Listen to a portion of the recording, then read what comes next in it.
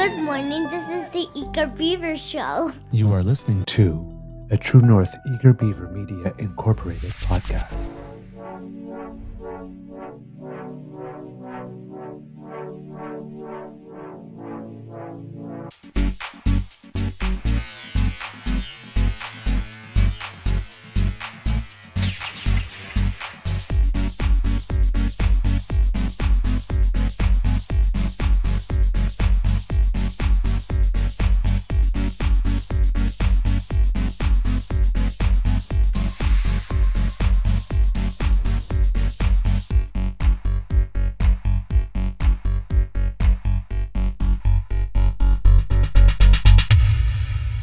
True North Eager Beaver podcasts are proudly brought to you by our founding sponsors, the Miss V Mysteries from Corvid Moon Publishing, your source for science fiction, fantasy, and cozy mysteries featuring a broad diversity of characters.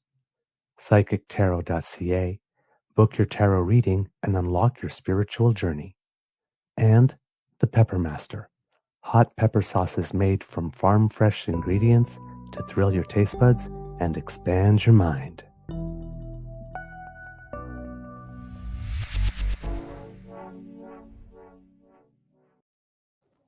Well, good morning and hello, kids and cubs. I'm going to bring this just a little closer to me so that you can hear me and I don't disappear with my voice.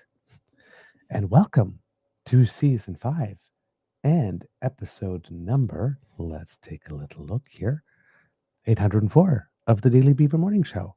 Oh, Canada. Always 100% Canadian. Today, recording day is Thursday, December 4th, 2025. And it's a gray day yet again here at the Beaver Lodge from what I can tell looking out the window, even though it's not completely light out yet here, although it is getting a little lighter. But we are going to have an early winter day. It's supposed to get down. It's supposed to get down a lot, actually, as the day goes on to minus 13 as we get to late tonight, feeling like minus 20 or so. But it's going to be a cooler, a bit of a warmer day than that. Feels like minus 13 or 14, but like I said, just progressively getting colder and colder as the day goes on today here at the Beaver Lodge. So this will be the coldest day of the year at the Beaver Lodge, hands down. Warms up a little bit after that, but so bundle up if it's getting a little cold where you are, and make sure that you stay nice and warm and snug. I am your host, the Eager Beaver, pronouns he, him, hey, Mr. Beaver A. And not with me, as usual, is my good friend, Mr. Grizzly, although Mr. Grizzly has produced another growl for us yesterday, the third part in the medical malpractice series that he has been dealing with here. And very intriguing bit of news that he is bringing us here, because when we're listening to these stories, we can all imagine ourselves in similar situations and how we definitely would not like what's going on. So it's particularly jarring and definitely well worth your time if you haven't listened to them yet. So I highly recommend it. Let's see. What else do we have for you today? Our podcast founding sponsors, we have to thank them. The Pepper Master, the Miss V Mysteries from Corvid Moon Publishing, and PsychicTarot.ca. Dan Fam, how is your mental health today? I am doing pretty well, I have to say. No major complaints. Still tired, but recovering, feeling better with each every day. Today, this evening, waiting for the event drop to hit, or the little dip when I'm not going to be packing my bags and my effects to go to the theater to perform another week of shows. But so far hasn't hit yet. Still feeling good. Of course, there's lots of communication online with members of my former cast members, so it still feels like we're still a close unit. But and that regular life hasn't really taken over yet. But it's coming. It's coming. Let's see. What else? However, a little later than I wanted to be, not as late as yesterday, but a little later than I wanted to be. Once again, I did need the alarm to wake me up this morning. That's 2 mornings in a row, which is usually pretty rare. I usually wake up on my own about an hour, sometimes on some days that's very bad, 4 hours before my alarm is supposed to ring. Frequently three, but usually 1 to 1 to 1 and a half on my own. But the last 2 days, and last night I went to bed earlier than even the night before, and still needed the alarm this morning. So it's good that I'm getting good sleep and that I'm sleeping all the way through. Oh, through my nights, which is not typical for me. So, in one way, like I said, feeling more rested, but feeling a little more rushed in the mornings. Um, when the alarm one of the I have to wait until the alarm rings because it doesn't give me as long as a window as I would really like. And given that I was still sleeping, it wasn't like I wake up and just pop out of bed like I normally do. If I wake up on my own before the alarm, I'm just up and then I pop out of bed and I just start my day. If I need the alarm to wake me up, I'm a little groggy when I get started, and it takes a couple of minutes for the engine to warm up, as they say. But I'm here and you're here, and we're going to have an interesting show today. Also, a thought for the kids and cubs out there who are sharing our content and giving us a lot of love in the process.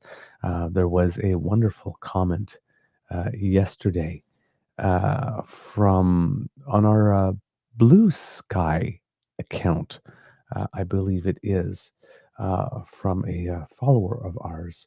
And I would like to tell you who it is. But so far, at the moment, the Blue Sky page on my computer is frozen and giving me the spinning blue wheel of eternal purgatory. So I'm going to go through here with my trusty phone. Kit FF Susie uh, quoted our show from yesterday and stated some interesting moments missed in some other coverage I watched previously. I'm not sure many understand MOU is not an agreement, like my customers often don't understand the difference between a quote and an estimate, to be honest. So I just found that comment delightful to read because on this show, we do make an effort to try to go deeper than just the surface with our coverage in our analysis, and that there are people listening to us and um, how would you say, finding details in our coverage and our analysis that they are not picking up through other sources makes us very happy because it gives us the impression that we are creating additional value. And that is never a bad thing. So thank you for sending us such a lovely compliment. We are very, very, very chuffed to receive it. So yeah, just wanted to put that out there. Little moments of love that we get from our damn fam that provoke warm fuzzies, and we are so grateful to have you with us as members of the damn fam and giving us those little rays of sunshine every single day. So thank you. Big kisses to all of you. All right, kits and cubs, let's take a look this morning because we haven't done this in a while. Let's see who is with us here in the Damn Fam chat today. Looking into the magic monitor, and I see Kit Elaine and Kit Tavi G. I see Kit Argosi Acres. I see who else in here? Kit Wishful Sun with us this morning. Good morning. Nice to see you. I see Kit Linda M with us, the original and the best. Miss Shadika also, and good morning to all of the family there. I see Kit Grace is with us, saying, not really emotionally or mentally here today, but doing my best. I completely understand how that feels, Kit Grace, and wherever you happen to be in your mental and physical and emotional presence today is where we are going to meet you. So don't worry about that. We'll find you. And we're glad you're here no matter what state you're in. And hopefully, after the end of the show, well, maybe emotionally, mentally, you'll feel a little better because, that's what the damn family's here for. So I'm taking you in my arms and giving you a big hug and hoping that from now on, the day gets progressively better. We have Kit Nona Carol with us here saying good morning. We also have, who else in this? Kit Hyper T1234 saying Bom dia Castorzinos, eu estou dirigindo para Brockville por meu trabalho. And that I did understand. That is good morning, little beavers. I am on my way to Brockville for work, for my job. Aha! Today I was able to understand the Portuguese. We have Kit Uncover with us saying good morning to everyone as well. Who else is in here in the chat today? We have Kit Nona as well. So we have Nona Caral and Nona with us saying good morning, friends, and happy Thursday. I like that we have so many Nonas in the damn fam. Makes me feel good. All I need is for someone to reach through the monitor and pinch my cheeks real hard. We have the Breens with us. We have Kit Sharon with us. Good morning to all of you as well. Thank you for joining us. And this is now like 5 or 6 days in a row that YouTube has the weird handle. So I'm starting to be able to recognize you from your your how would I put it, altered uh, handles. We have here Kit Modern Thinky Cap or Modern Tiki Cap. That's a name I don't recognize, so I don't know if that's an altered name or just somebody who's new to the damn fam. If you are new, welcome. Pull up a log, stay a while. I hope you like it here. The water's nice. We also have Kit Andy McDandy with us. Hello, good sir. Thank you for joining us.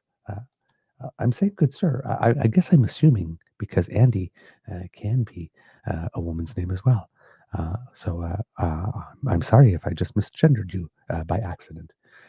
We have Kit Bifalbi09 saying good morning, Dan Fam. That's a name I also don't recognize, so don't know if that's a regular Dan Fam member with a handle that has been altered or someone new. But again, if you are new as well, welcome to the Beaver Lodge. Hope you like it here. We have Kit Mayhem with us. We have Kit Cat with us. And there you go. Uh, oh, sorry, I made a mistake. It wasn't Kiss Miss Shadika that I had. It was Kit Bucky. The altered name looks a little bit like Miss Shadika's, so I had that wrong. Ah, I see. Bifalbi is Kit Ibad. Hello, nice to see you this morning. I'm glad you're here. Thank you for pointing that out, because I would have recognized that. It's so nice to have you with us, Kit Ibad. Okay, let's get into it. Kid Hyper T says, just got to try not sounding Hispanic while speaking Portuguese. Yeah, I probably speak Portuguese with either a bit of a Spanish or slightly Romanian accent. Oh, we also have Kit Laurie with us here. Okay. And Modern Tinky is normally Kit Good Dragon. So there we go. And Kit Tom is with us as well, sliding in under the plate for hello, as well as Kit Saucy. All right. Now that we've said hello to everyone, let's get into it because we have a really interesting show for you today. Dealing primarily with provincial politics, although we will touch on a couple of other things if time permits. But there is turmoil in provincial politics. Pratt Falls, uh, drama. Oh God, darlings, so much drama. Mm. And as you know, your Queen Beaver lives for the awkward moment. And there are so many awkward moments today to talk about, kids and cubs. So let's get into it. Just think of this as a big political sheet cake. And we're just going to slam our faces down and motorboat it.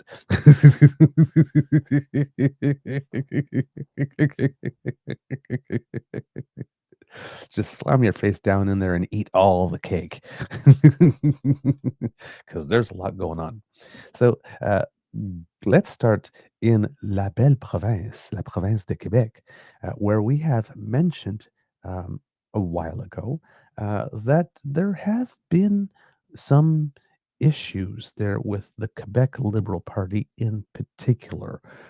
Last we checked, um, what had happened is that um, the leader of the Quebec Liberal Party, Pablo Rodriguez, who was relatively recently selected as the leader of the party, found out does not have a seat in the Assemblée nationale in Quebec at the moment.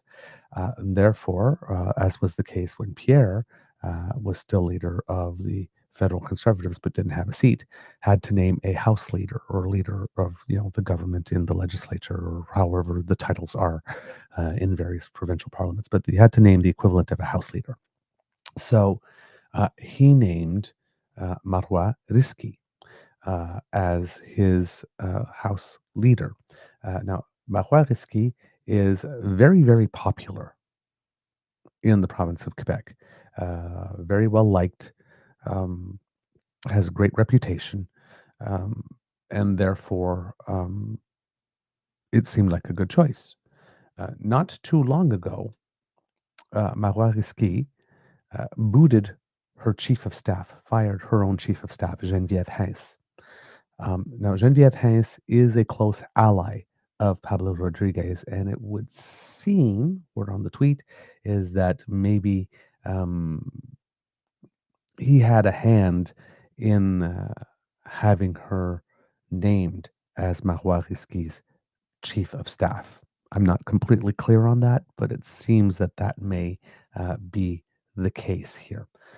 Um, and it seems that she fired her chief of staff, a close ally of the leader of the party, without having informed the leader of the party. This prompted Geneviève Hens, the chief of staff, to file a legal claim for her dismissal, which creates a situation where Marois Risky is limited in what public comments she can make. Of course, that doesn't necessarily stop her from picking up the phone and confidentially assuring confidence, maybe have a conversation with the leader of her party about the whole thing. But she hasn't done that. She's just basically saying, I can't talk. So we have a leader of the Quebec Liberals who apparently has had no idea that the firing was coming, has no idea why the firing happened, and seems to not be in control of his party. He has tried to show that he does have control of this party by calling for an inquiry into what has gone on. There was simultaneously to this, there were also some claims uh, of a scheme to buy votes in the Quebec Liberal leadership race for $100 a vote, called brownies or billets bruns, brown bills in French. So there was talk about handing out brownies, I guess.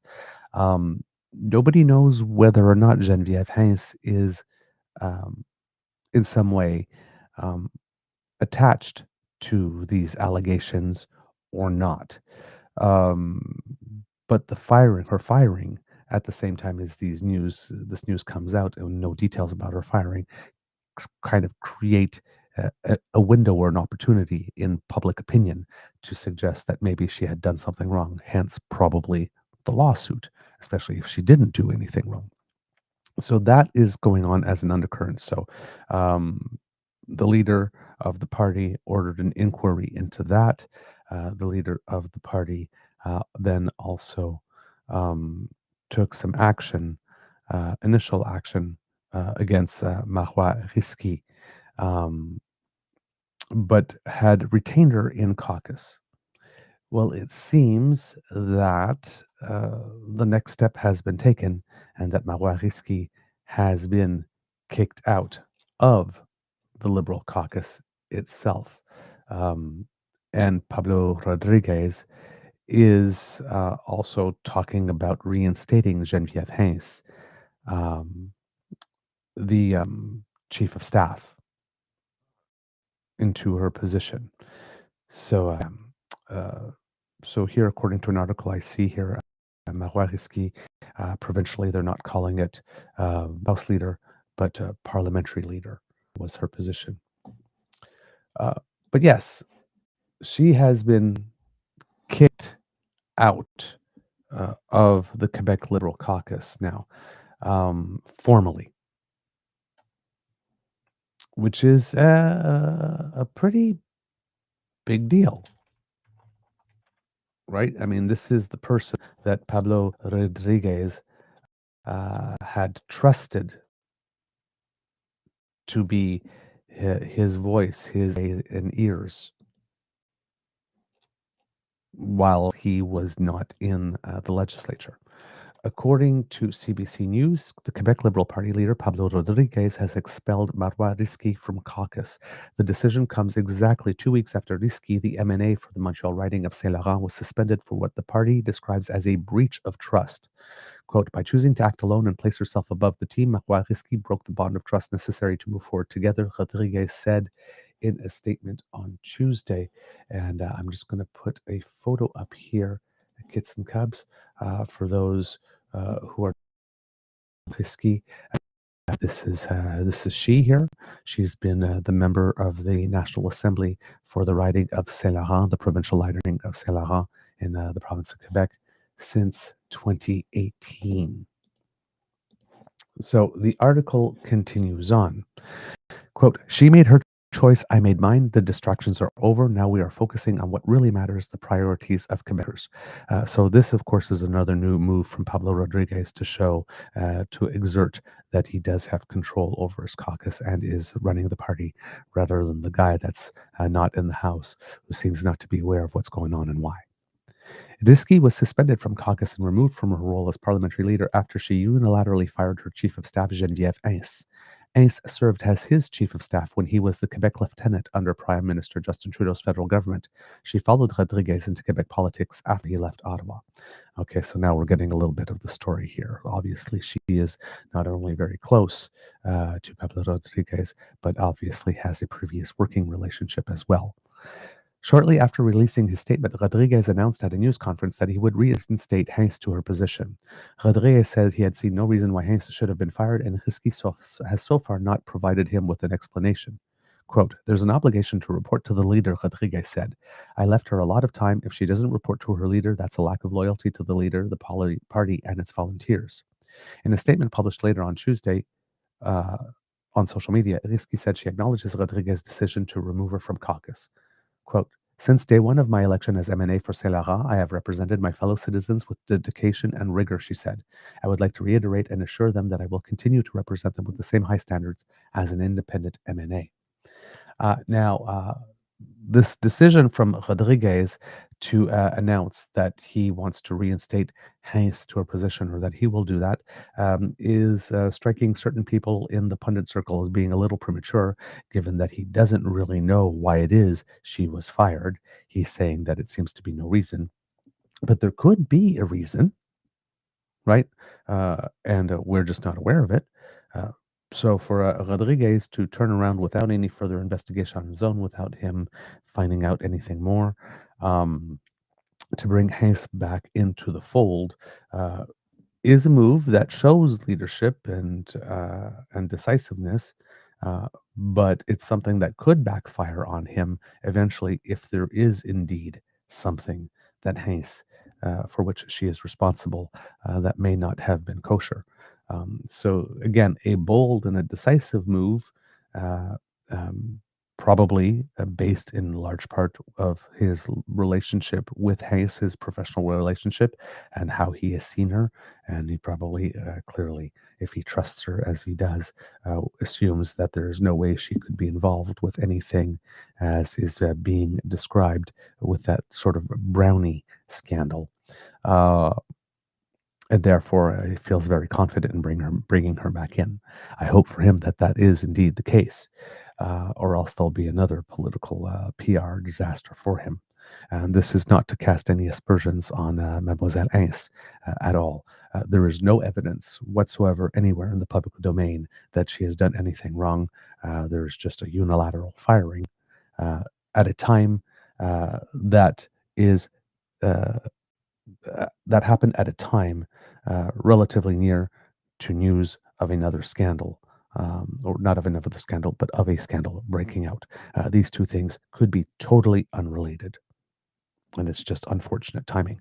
That's the bad part for Mademoiselle Hayes in this by Madame Risky, having fired her unilaterally and not making any public statement as to why, just mentioning, um, well, no real statement as to why, and then legal proceedings being started right away, and then Risky just saying, turn around going, well, I can't say anything. It creates this aura of presumed guilt for Mademoiselle Hayes, which could very likely be not justified in any way, shape, or form. So that's the problem, is that we know absolutely nothing one way or another. In dueling lawyers' letters last month, Ace accused Risky of firing her without grounds. In a response letter obtained by Radio Canada, Risky's lawyer said Hayes is well aware of the reasons that led to the termination of her employment. So that didn't help anything either, right? You fired me without grounds. You know very well why it is we fired you. Doesn't give the public anything at all to go on whatsoever. The letter also states Ace's dismissal was due to significant ethical breaches which were compounded by repeated acts of insubordination. Hayes has since filed a lawsuit in Quebec Superior Court seeking $500,000 in punitive and moral damages from Risky. Shortly after Risky's firing of Hayes and subsequent suspension, the Journal de Montréal published text messages between what it said were, quote, two individuals who were actively working to elect Mr. Rodriguez as leader. The alleged text messages referred to the sale of membership cards and money spent to get people to vote for Rodriguez. Rodriguez has since said his party will investigate the allegations of vote buying. So, yeah. And again, that I know of, there is nothing in the public domain that I know of yet that authenticates that these text messages are authentic. Making these claims, which a lot of people have told us to be wary about until we get such confirmation, because such a conversation, text message conversation, could be generated by two people who were mischievous and ordered burner phones and staged the conversation, or it could even one could even ask an AI software like ChatGTP, ChatGPT, sorry, to generate that type of a conversation. And therefore, you could then take that generated conversation and claim it as proof that it actually happened, at least for the first few days, to get the story running and get tongues wagging. So, yeah, in the Quebec Liberal Party, Marois Risky has been booted from caucus. She is gone, no longer a member of the caucus. Again, very popular member. There will be some fallout as a result of this. According to, let's see, who is this? André Pratt. I guess this appeared in the National Post. So we can take some of this with a grain of salt, but we will read this here. It says this is how Pablo Rodriguez lost control of the Quebec Liberals. Not sure we can say that yet, but there's definitely some issues here, leadership issues that are raised as a result of this. This November began with good news for Pablo Rodriguez's Quebec Liberal Party. A Léger poll showed the party slowly closing the gap with separatist Parti Québécois, trailing by only 5 points after months of double-digit deficits. Then 2 weeks ago, everything unraveled. Rodriguez is now engulfed in a crisis that could seriously damage the QLP's chance of winning the October 2026 provincial election. It all started with what looked like a minor personnel issue. The party's parliamentary leader, Marois Risky, fired her chief of staff for a, quote, grave error and insubordination. The problem is that the chief of staff in question is very close to Rodriguez and has been appointed by him to manage the relationship between Risky and the leader, who does not yet hold a seat in Quebec's National Assembly. Risky dismissed Heinz without consulting or even notifying Rodriguez. Rodriguez suddenly found himself in an impossible position. Either he let Risky's own act of insubordination pass, in which case he would look weak, or he fired Risky as a parliamentary leader, risking public backlash in favor of Risky, who is by far the Liberals' most popular MNA. Rodriguez chose the latter course, and indeed the public has sided with Risky.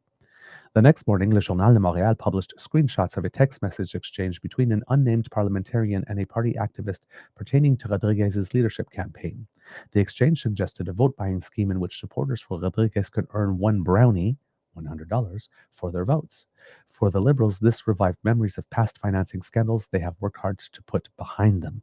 If you are a Quebecer, you are very familiar with the Charbonneau Commission and the strawman donations and all of that. The Charbonneau Commission in Quebec, for those who are not familiar with it, was must-see TV. The commission proceedings were shown on TV live, and a lot of people tuned into those. And on an aside, Alberta could certainly use a Charbonneau Commission of its own these days. You won't get one under Daniel Smith, but I'm sure it would be very compelling television. This is not, it's far enough in history and still close enough that you just mentioned Charbonneau Commission, and immediately things are evoked in the public consciousness. Hearings started in 2012, and the interim report was issued in 2014. Right, we're talking about, just about 10 years ago. So far enough away, but not far enough away that people that were very interested in it, and like I said, it was very compelling TV and a compelling story for quite a while, won't immediately have images, fresh images, or images that feel fresh, pop to mind when you mention it. In response to the twin controversies, Rodriguez did what he had to do. The party mandated a retired Chief Justice to investigate the text message issue. As for Risky's situation, the leader at first struck a conciliatory tone, inviting her to meet in hopes of resolving the dispute. Risky has stayed publicly silent since the affair broke out, though rumor suggests that she is speaking to reporters off the record, which makes prominent Liberals very nervous. She has refused to disclose what Ace's grave error entailed, and it remains unclear whether the firing and the text messages controversies are connected. And here's the thing now. If she is speaking to reporters off the record, and on top of that, she is now no longer a member of the caucus, but an independent, she might be more willing to say more off the record as not a member of the Liberal Party of Quebec anymore. So stay tuned. There could be yet more pearl clutching and drama, darlings. Rodriguez has given numerous interviews, including an appearance on the primetime show Tout le monde en parle, yet he has failed to convince Quebecers and even Liberals that he is in control. That may change now, as the leader announced on Tuesday that he was throwing Risky out of the Liberal caucus. Enough is enough, he said. To make matters worse, Le Journal de Montréal, always eager for a story that might damage the Liberals, made much of the fact that 38 persons linked to the federal Liberal Party contributed to Rodriguez's leadership campaign. Pablo Rodriguez can thank the Liberal Party of Canada, headlined Le Journal, framing this as proof that under Rodriguez, the QLP has become a provincial branch of its federal namesake, a perception that the party has spent decades trying to dispel. In fact, the 38 persons in question contributed a mere 6% of the funds collected by the Rodriguez campaign, but no matter in politics, perceptions are what count most. 4 investigations are now underway, in addition to the retired judge hired by the Quebec Liberal Party, the National Assembly's Ethics Commissioner, Elections Quebec, and we have now learned Quebec's Anti-Corruption Police Unit. The Anti-Corruption Police Unit, that too will bring in, revive memories of the Charbonneau Commission, with the UPAC, as they call it in French, being involved in that. The UPAC, if I remember, was what did that stand for? Just take Unité Permanente Anticorruption. So yes, the Permanent Anti-Corruption Unit is taking a look into this as well. That is not good for the Quebec Liberal Party at all. Meanwhile, investigative reporters are digging deeper, uncovering new details almost daily. The Liberals, who should be spending their time attacking the government and the Parti Québécois and preparing for next year's election, instead have been on the defensive for the last 15 days.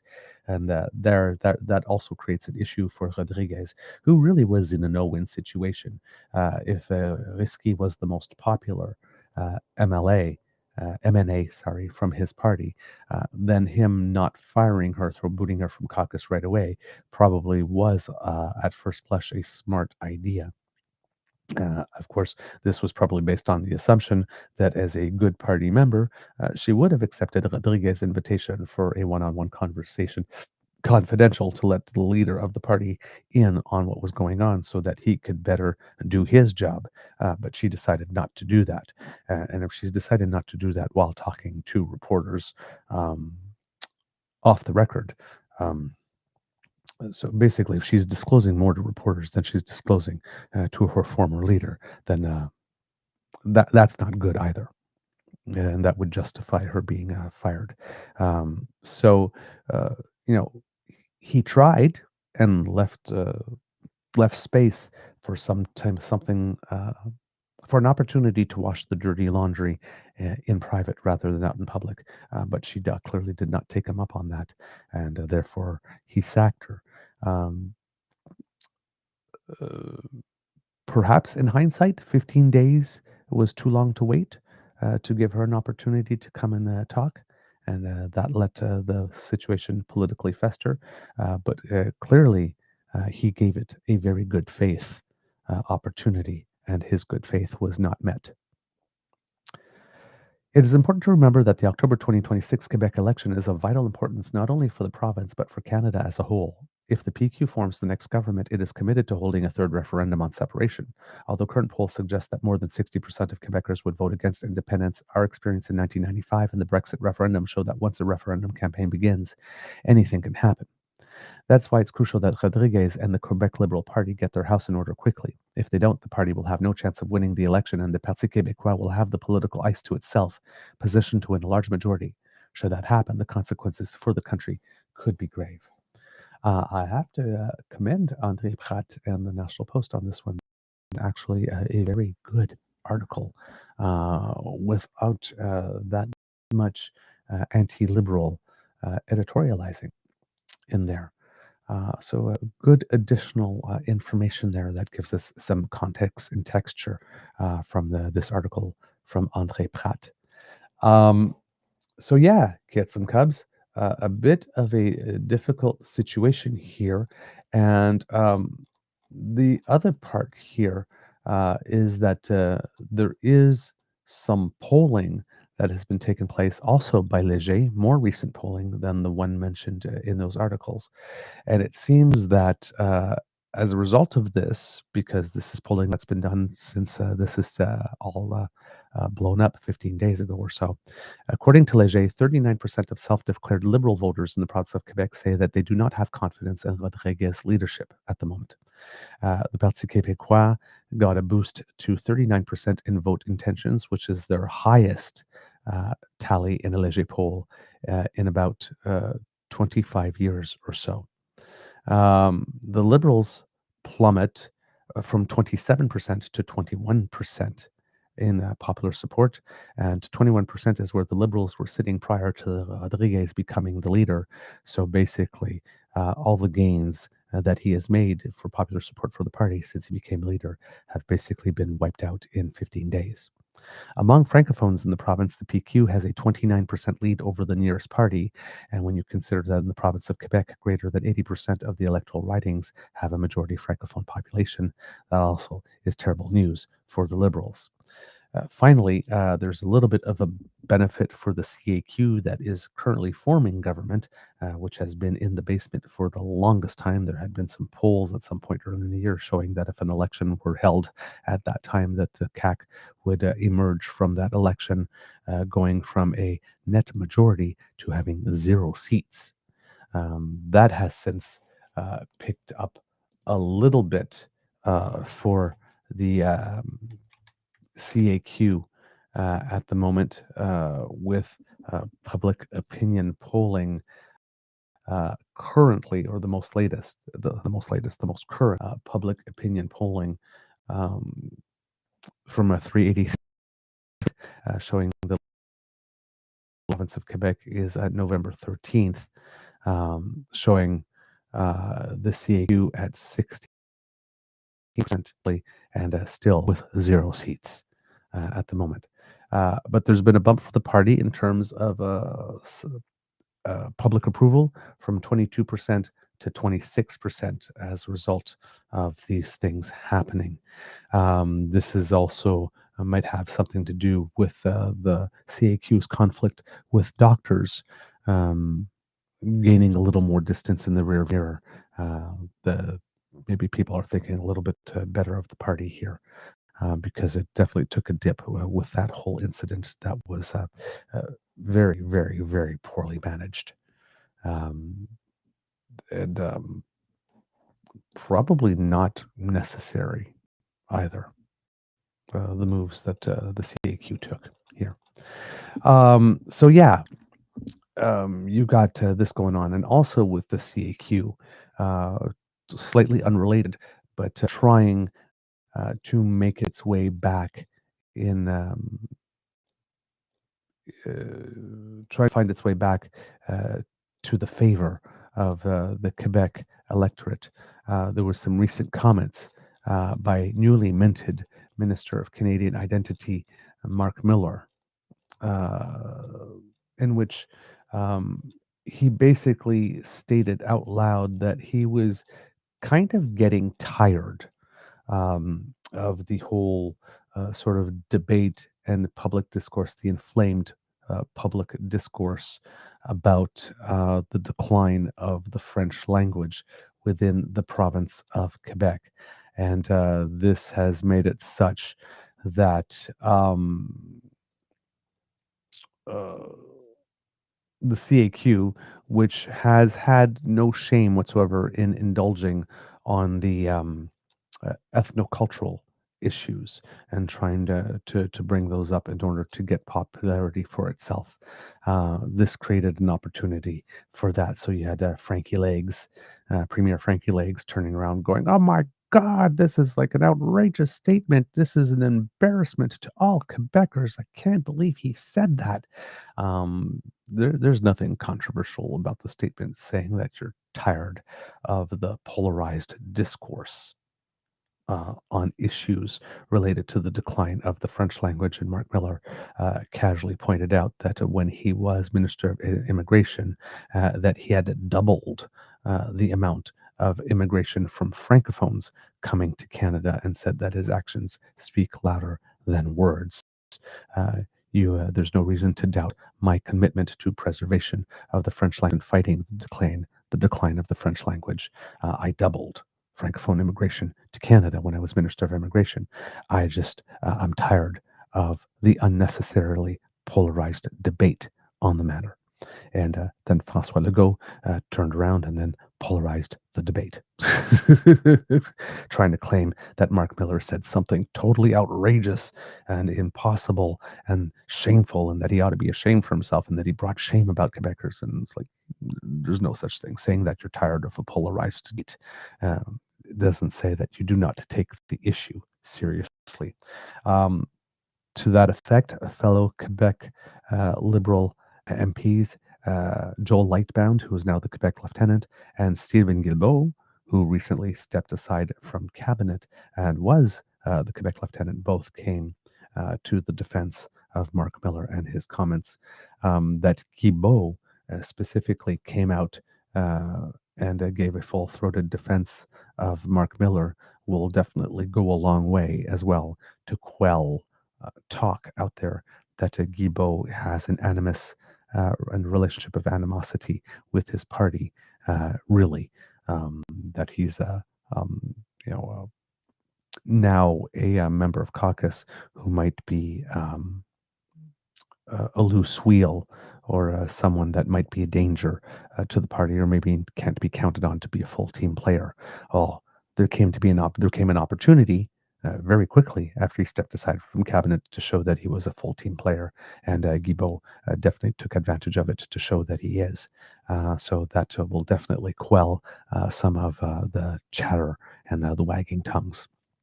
But yes, um, indeed, you can see Francois Legault pretty much desperate for anything that he can claim, or that he can to and raise and elevate himself and elevate his party.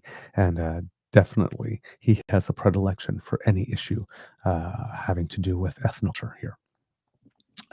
So that's what's going on in La Belle Province de Québec when we are talking about turmoil and tumult and pratfalls.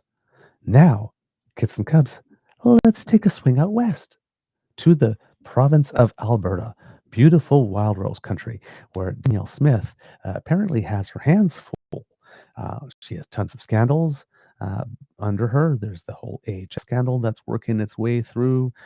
She lost a couple of MLAs, I think Scott Sinclair and Peter Guthrie, who are trying to take over the Alberta Party and rebrand it as the Progressive Conservative Party to give Albertans an actual progressive conservative, non separatist conservative option to vote for in the next election.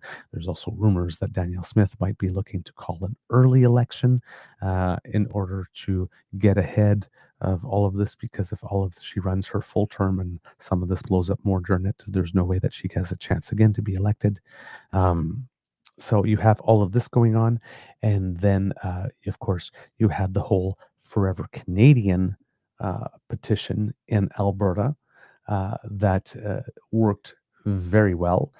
Thomas Lukasik, former deputy leader of the province of Alberta, showed everybody in Alberta that such a citizens' initiative not only uh, could succeed. Uh, that yeah, basically, not only could succeed, but succeed rather well indeed. Uh,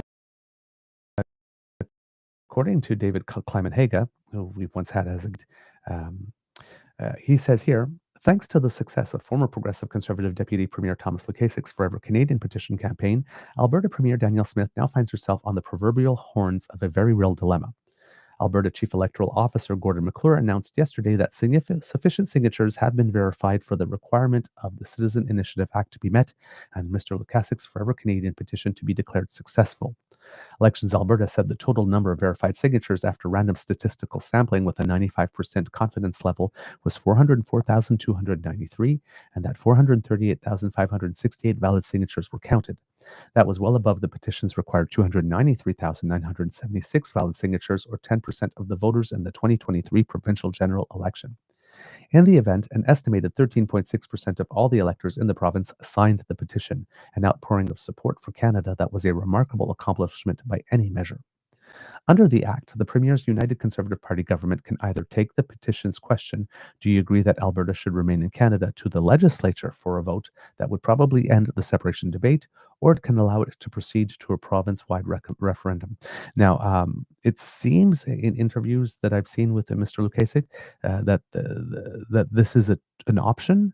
That the option is to either bring the question to the legislature or bring it to a full vote, and that Mr. Lukasik had opted originally to bring it to the legislature first. Um, and there's a reason for that. And here we have it, according to David Clyman-Haga. The first course, which is bringing it to the legislature for a vote, the first course would likely smoke out how many of the UCP's MLAs and cabinet members are hardcore committed separatists. That would be bad for Ms. Smith and the party. The second course would create uncertainty, possibly drive away investment, and nevertheless result in a decisive loss for the separatists. That would also be bad for the premier and her party. So if you let it go to a referendum, you might get the similar situation that happened in Quebec when there was a referendum and a whole bunch of businesses just pulled up and left. So the first course would likely smoke out how many of the UCP MLAs and cabinet members are hardcore separatists, and the second course would create uncertainty and possibly drive away investment, and nevertheless result in a decisive loss for the separatists. That would also be bad for the premier and her party. It might drive the UCP separatists to set up their own MAGA-influenced far-right party. Without the government bending the rules or retroactively amending the province's direct democracy laws, a yay vote in the legislature would also block the wishes of the UCP's large and influential separatist faction from having a secession referendum on their terms, at least for 5 years, but practically speaking, quite possibly forever. So, thanks to the remarkable success of the Forever Canadian campaign's volunteers in every part of Alberta, Miss Smith would appear to have found herself between a rock and a hard place. According to Mr. Lukasik, who I talked to last night, quote, seldom are premiers faced with such really binary problems where the right and wrong are so clear. Do what's right for the province, don't divide Albertans any further, don't cause us economic harm, and just deal with this in the legislature, or do what a small group of angry UCP party members demand of her and what's expedient for her politically. I chose the pathway that's legislative, that gives her the opportunity to not call a referendum, he said. Separatists chose the pathway that forces her to have a referendum. I'm giving her an opportunity to do the right thing. I certainly hope there's no referendum, he added. There doesn't need to be one. Nearly 500,000 Albertans spoke loud and clear. But if there is one, I'm ready for it. I'm pivoting my campaign from petition signature gathering campaign to a referendum campaign, and we'll be prepared for it, just in case. The campaign bus is in the shop right now getting a new transmission, he noted. Mr. Lukasik thinks a significant number of Ralph Klein's, quote, severely normal Albertans remain in the UCP camp. If Ms. Smith proceeds to a province-wide referendum, he argues, quote, they will walk away from her because they know the damage that this is going to cause. Chambers of Commerce across Alberta will now be coming out asking her not to have a referendum, he predicted. She's having positive talks with Prime Minister Carney. All that goodwill will be shredded immediately when she decides to go into a referendum. Yeah, indeed. If she decides to go into a referendum, the opportunity of her finding a proponent plummets. I appreciate the dilemma of her position, Mr. Lukasik concluded, but let's be frank, it was Jason Kenney and her who put themselves into this position in the first place. First, they curated the sentiment of criticism within their own party. Then they created legislation for these referenda, and then they even made it easier for separatists to have these referenda. So they have no one else to blame but themselves. Regardless of what the UCP supporters are saying on social media, it's hard to believe this is the high point for Ms. Smith it was supposed to be before she was publicly embarrassed by prominent members of the UCP separatist faction who booed her and attacked her pipeline deal with Mark Carney at the party's annual general meeting last weekend. Still don't count Ms. Smith out. She has a solid record of getting away with more than most politicians ever could. She will be looking for a way to dramatically change the channel. An early election on the pipeline deal might do the trick. Mm, mm, And so yeah, this is happening. Now,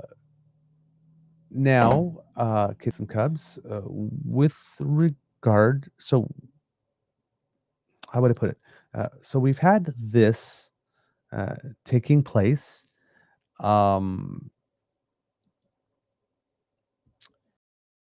Like I said, it met with success, and that uh, has inspired other Albertans. Other Albertans were very, very upset with the Premier, Danielle Smith, um, having invoked the notwithstanding clause to end the teachers' strike. And that created something within the province of Alberta called Operation Total Recall. And there actually is a website, operationtotalrecall.ca.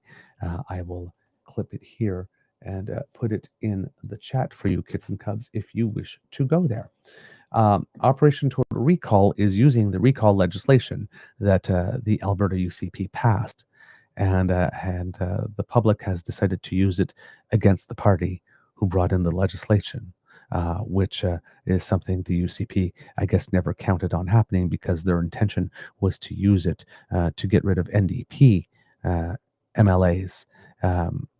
It had the NDP won a second term, and given that the NDP didn't have a second term, they then changed the provisions within it to make it easier to recall so that they could use it against municipal politicians like the mayor of Calgary, Jyoti Gondek. Well, it seems that people got inspired from the Forever Canadian campaign and saw that was possible.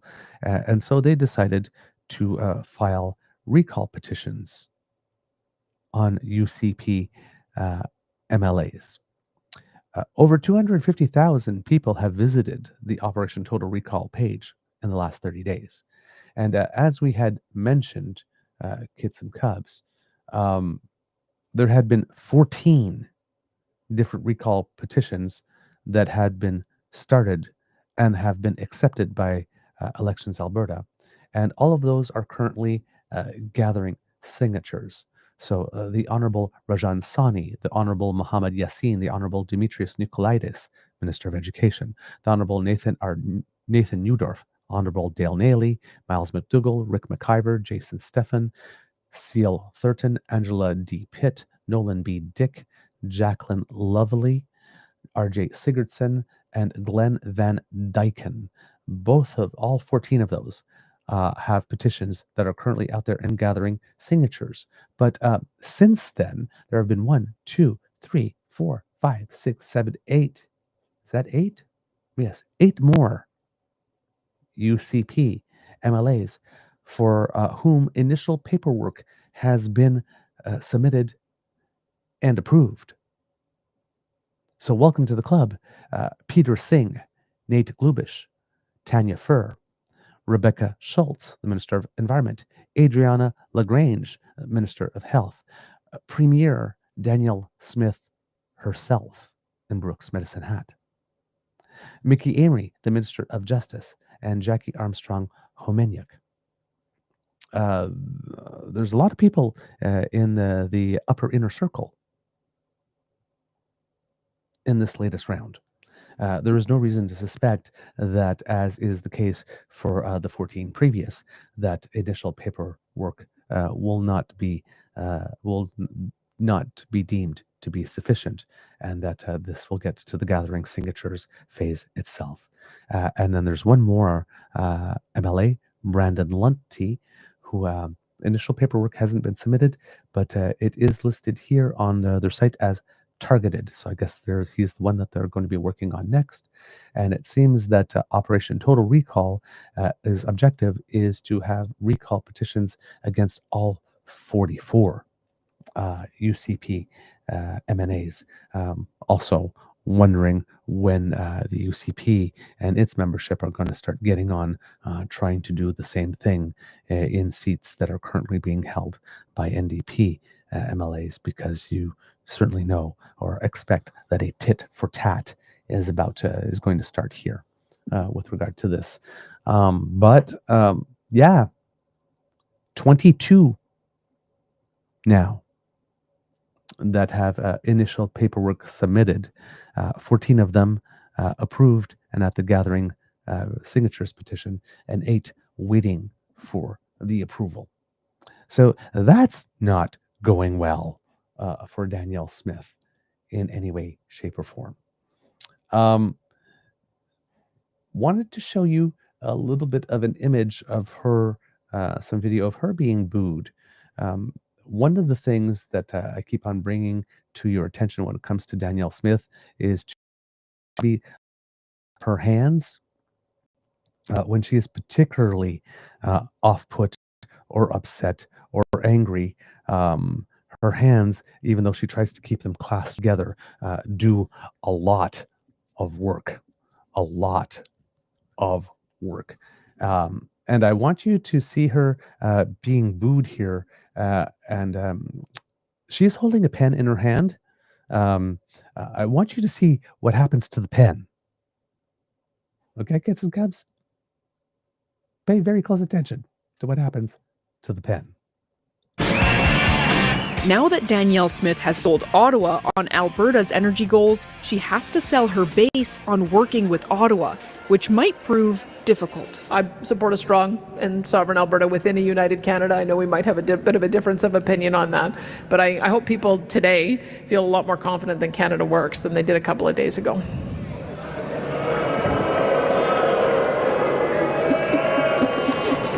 The memorandum. Okay. Also, I'm not sure what Danielle Smith found so humorous about that she would be chuckling. Anyway. Of understanding Smith and Mark Carney signed Thursday spells out Ottawa's support for new bitumen pipeline if Alberta commits to a higher industrial carbon price, lower methane emissions, and there's investment in carbon capture and storage. Smith is calling it a new chapter for Alberta-Ottawa relations, but not everyone at her party's annual general meeting is as optimistic. The last 10 years, it's been clear that Alberta is never going to be valued by the major decision makers within the Ottawa power structure. Mark Carney's just stringing us along. He's not a fan of Alberta.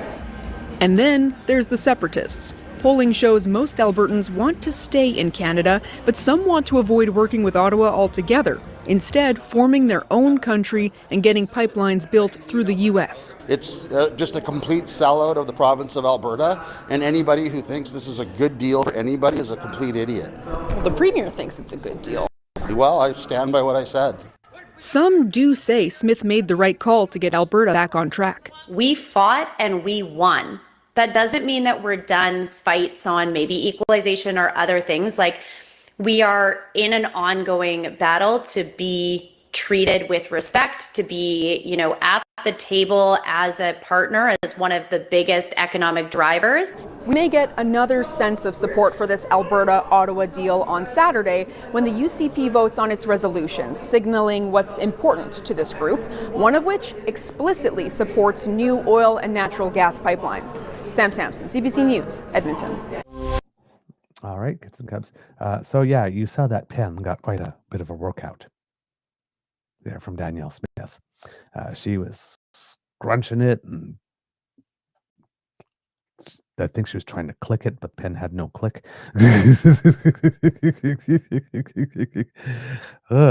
Yeah, things are not going very well for her.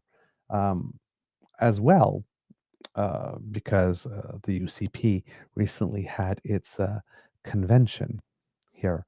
A little bit of news from that. There were elections for the UCP board. It seems that Rob Smith has been elected as president, Stacey Vander Veen elected as secretary, Samantha Stenke as the VP of Communications, Helen Holder as the VP of Fundraising, Vicky Kosmak LaFrenz as the representative for the North, Abby Johnson for the representative for Edmonton, Al Beal as a representative for Alberta Central, Irma Roberts, the representative for Calgary, and Ed Vandenberg, the representative for the South. So those were the positions, and I'm going to go to the Western Standard, not because I support it, but because when it comes to articles about what's going on within the internal part of the UCP, you sometimes get some interesting information here. So Jeremy Borg of the Western Standard. The United Conservative Party elected its new provincial board Saturday afternoon at the party's annual general meeting, where a competitive series of internal races drew high member participation and visible ideological divides. The returning officer took the stage to deliver the results, noting one remaining unresolved race due to an exceptionally close count. Quote, "We are recounting the race for vice president of fundraising. He told attendees it was very close, so we want to ensure the result is fully accurate. He confirmed that the remaining 8 positions had been finalized and were ready to announce." So I announced, I mentioned who got the positions. And here's where things get interesting, because there was a sovereignty-aligned slate for some seats on the UCP board. Candidates viewed as friendly to the Western independence movement, including Daryl Komick, Irma Roberts, Scott Payne, Vicky Kosmak-LaFrance, Samantha Stenke, Al Beal, Helen Holder, and Richard Mallet, saw mixed outcomes. Several secured regional positions, but the slate failed to win key executive roles, including the presidency. Komick, endorsed heavily by pro-independence activists, was unsuccessful in his attempt to unseat incumbent Rob Smith. The result reduces the likelihood of the parties pursuing an internal vote on Alberta independence in the near future, despite months of pressure from sovereignty-focused members. If I'm looking at his, there's based on what I saw here, Irma Roberts made it. Who else? Did Scott Payne make it? No. Vicky Kosmak did, I believe so. Yes, Vicky Kosmak-LaFrance did. Samantha Stenke did. Yes, so that's 3. Al Beal did. That's 4. Helen Holder did. 5, because she was confirmed as the VP for fundraising. There are 1, 2, 3, 4, 5, 6, 7, 8, 9 positions on the board, and 5 were won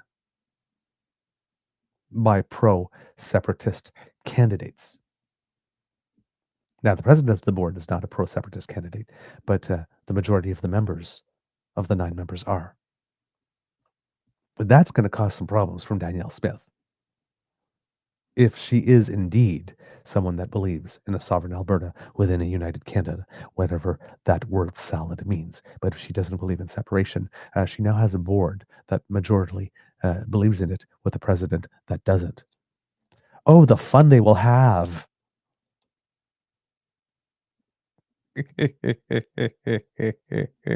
Couldn't happen to a nicer bunch of people. Earlier in November, reporting revealed that the UCP board voted to prevent a dedicated session on independence from appearing on the AGM agenda. I'm sure that made them very happy.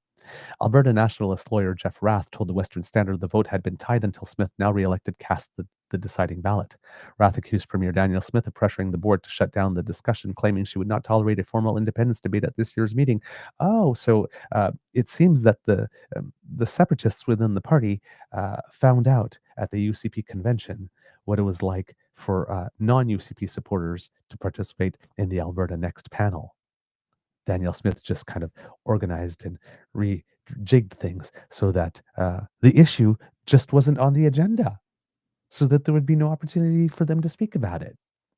My, how convenient. And what a way to foster pleasant and cordial relationships with that sector of your base, that section of your base or segment. Wow.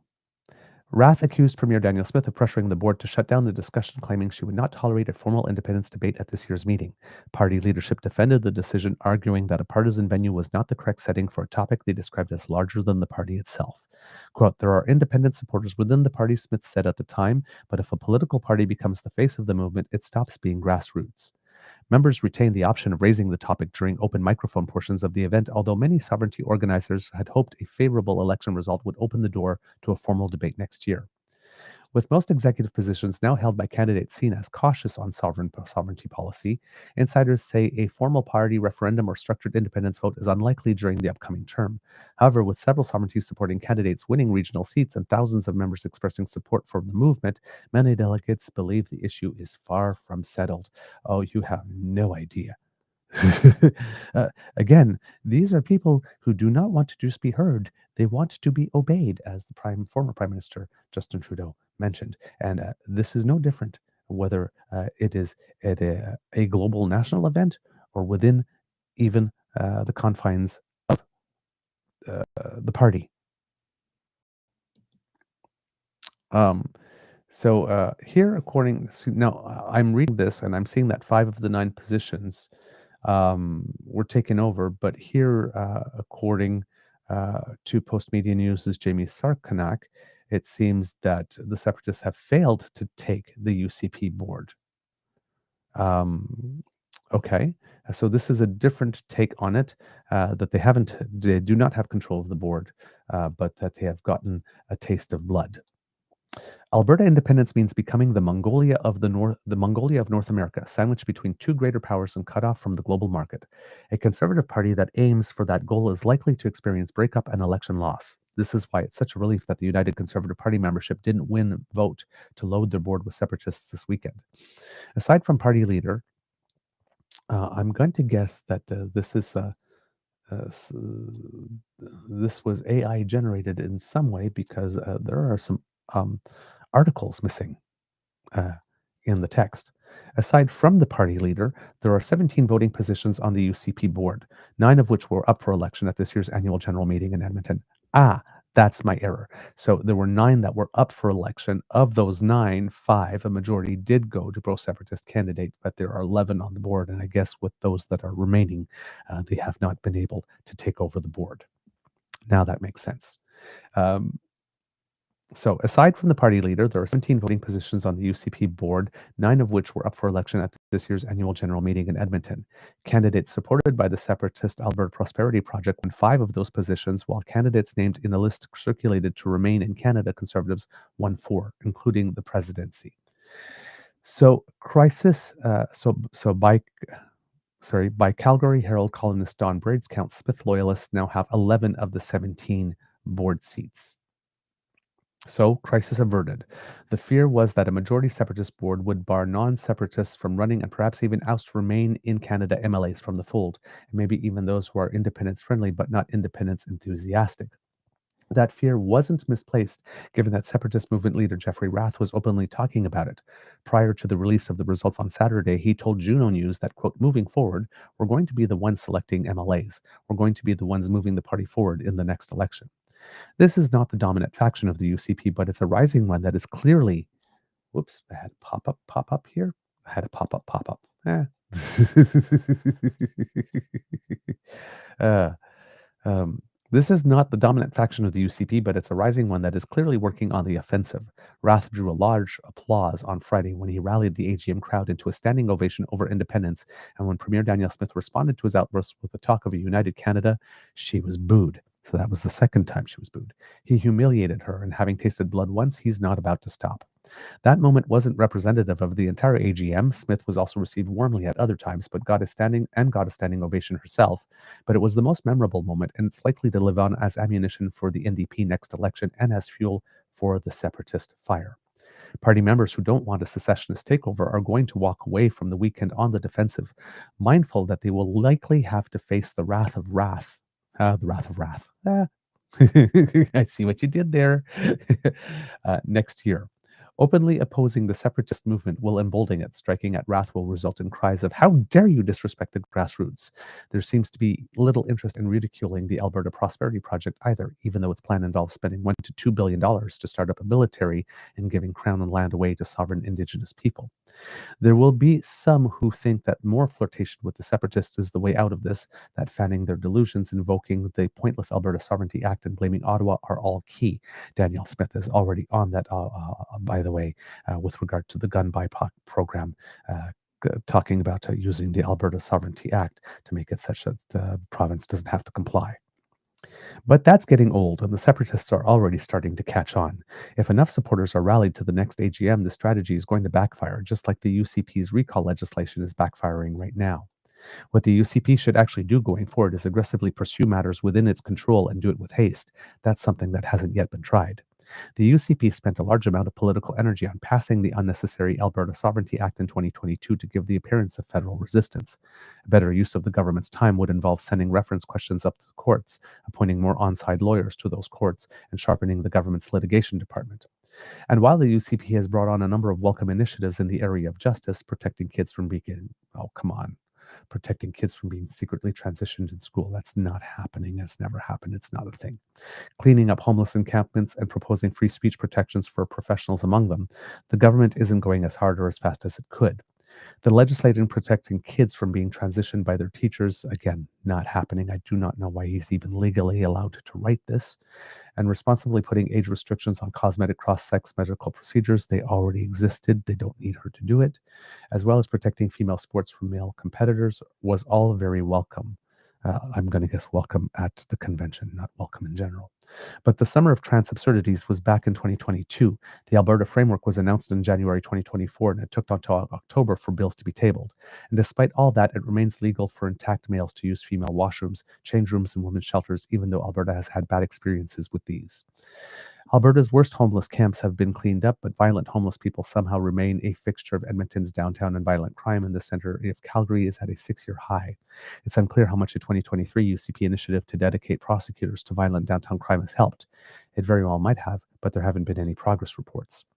Meanwhile, Alberta Crown prosecutors have refused to appeal clearly flawed cases that allow obvious criminals to walk free, and dangerous offender status and bail appeals remain underutilized tools in keeping horrible criminals in jail. We need more police, more prosecutors, and a no BS attitude that fights every judge who dares put the public at the mercy of drug dealers, foreign gropers, and stabby meth-fueled vagrants. Oh my God, could this article be any more loaded in terms of language? As for regulated professions, the free speech legislation that was announced earlier this month is welcome, but it was announced a year ago. It takes time to draft a bill, but it shouldn't take that long.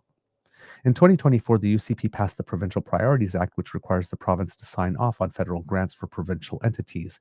With that came the hope or fear among progressives that the province would put an end to the federal Liberals forcing DEI into provincial universities. But no such change appears to have come about. Alberta universities remain an extension of Liberal cultural policy. That, again, is a bullshit statement. Finally, on immigration, the UCP can find all sorts of creative ways to prevent the ills of population overload from harming Albertans. Crack down on illegal international student rooming houses, prevent professionals trained into countries with untrustworthy education credentials from practicing in Alberta, limit government hiring to citizens only, very publicly shut down restaurants and trucking companies that run immigration scams, stop funding public school tuition for the children of work permit holders, take non-English speaking students out of regular classes, do it in the next 6 months, not a year from now when the moment has passed. The great frustration of Albertans is that they don't feel in control and that too many of their problems are forced upon them by the feds. In a lot of ways, they're not wrong. The fight to get Alberta energy to market with a Liberal government in Ottawa and a Supreme Court that puts Indigenous interests above all will remain a challenge. But we don't have to be helpless victims of Ottawa on every file. Crime, immigration, and cultural degradation can all be attacked with full force from provincial jurisdiction. If the UCP can show that Alberta doesn't need to separate to deal with these problems, that will go a long way for the party's health and for the province at large. And this was National Post, Jamie Sarkonik. A lot of statements in this editorial to take with not only a grain of salt, but an entire salt lick. But everything about the internal workings and machinations of the UCP in here is indeed accurate. So yeah, that's what's happening in Alberta. And Danielle Smith appears to have her hands rather full. In another twist, kits and cubs, something that may have people may not have seen coming. Now, as I mentioned, right, there's the whole gun buyback thing that she is doing, right? Things didn't go well. I would have put it, she knows that things are not going well for her. So invoking the notwithstanding clause on the trans issues was red meat that she threw to the base. She signed this MOU, clearly not entirely popular with everyone on the base. So, she comes back with the gun buyback thing. Oh, we have to fight Ottawa again. We have to fight Ottawa on this. I'm going to invoke that Alberta sovereignty legislation. So again, this is merely red meat that she's throwing to the base. Not sure how this helps her in any real shape or form, but it's sort of like just hey, I'm not fully in love with Mark Carney. We still need to fight Ottawa. Ottawa's still terrible. I mean, look what they're doing with the guns. Again, not sure how that is working for her. With regard to the MOU, here, there's some interesting things going on, which also have some impact on Danielle Smith and her leadership. Number one is that a lot of people are calling, well, not a lot of people, let's put it this way, but a lot of people are pointing this out. But Scott Reid specifically, former, not the CPC MP in the House, but the former Liberal strategist, called the budget almost ostentatiously apolitical. And the same thing with this MOU. If you're thinking politically, right, there's no reason for Mark Carney to sign this MOU. He's risking 20 seats in British Columbia, which is the highest amount the Liberals have ever gotten in BC. He's risking 40-something seats in the province of Quebec. The Trudeau experience, having built Alberta pipeline, we just saw some comments from Albertans there saying, Ottawa will never be with us. It's like, we just spent $38 billion on you. Right? It's like, no, they don't believe in oil. They never have our backs. They'll never support us. And even no matter how much we try to prove that we do have their backs, they're never going to believe it. So it's not like there's any seats to be gained there. He's had a cabinet minister leave cabinet, but they'll remain in caucus. It's a move that risks adding more support to the NDP, which is currently on life support and is permitted him to have the government that he has now. All of the potential consequences of this decision, politically speaking, are not good for the Liberals. All of it drives away potential pools of voters. and yet he's doing it anyway. So it seems that Mark Carney is really leaning into the I'm not a politician. Same thing with the budget. Affordability is a big issue. There was no additional tax cut. There was no additional bauble or trinket or whatnot, or put money, direct more money to the people sort of a trinket in there that would have been politically very, very, very, very popular. Right? There's even $1 to $2 billion in cuts overall to the Indigenous envelope. Again, not good in terms of various specific constituencies, and yet he's doing it anyway. So that I'm not a politician and there will be no games thing that he keeps putting out, he seems to still be feeding on that. And there's a lot of people, for example, that are saying to him, you just signed this MOU, but you're not out there spiking the ball and saying, yeah, we got this MOU. I'm going to do this. I'm going to make this pipeline happen, blah, blah, blah. This. And, you're not seeking to get the political gain out of it. I personally believe that it's a good idea that he's not trying to spike the ball right away, because all we have right now is an MOU. We don't actually have a pipeline. We don't have a project. We don't have a proponent, right? No consultation, no proponent, no First Nations approval, no route, and nobody having made from the oil sector having made commitments to fill that pipeline with anything, if it actually was built, right? There's none of that in existence at the moment. So why would you spike the ball now on saying pipeline? Right? There's plenty of time. If there actually comes to the point that there is a project and the project does get approved and goes ahead, then there's time to spike the football. And then you can point back. See, all those years ago when you were saying that there was no way that a Liberal would do it and no Liberal wasn't serious, I was serious the whole damn time. Here's the pipeline project. It's going ahead. It's being approved. There will be shovels on the ground by such and such a date. So there's no need for him to not play it cool right now on his personal support for pipeline. That's another thing that people are criticizing, that Mark Carney keeps on saying about we've created necessary but not sufficient conditions. This is big. This is a big day, but there's no statement of Mark Carney specifically saying, I personally approve and support this pipeline, and I personally will make this happen. Right? I'm putting my political capital specifically on this. There's plenty. I think it's a little premature at the moment for people to be saying that Mark Carney is letting an opportunity go by not spiking the ball right away. It's better to play it cool at this moment. There is some change in the way that people are talking. For example, the BC government, Beaver Premier Eby, resigned to the fact that he does not have a veto because they've already tried this in court, and the Supreme Court ruled that there isn't. Seems to be laying the groundwork to steer the conversation towards a port shipping route that would be away from the legislative tanker moratorium era.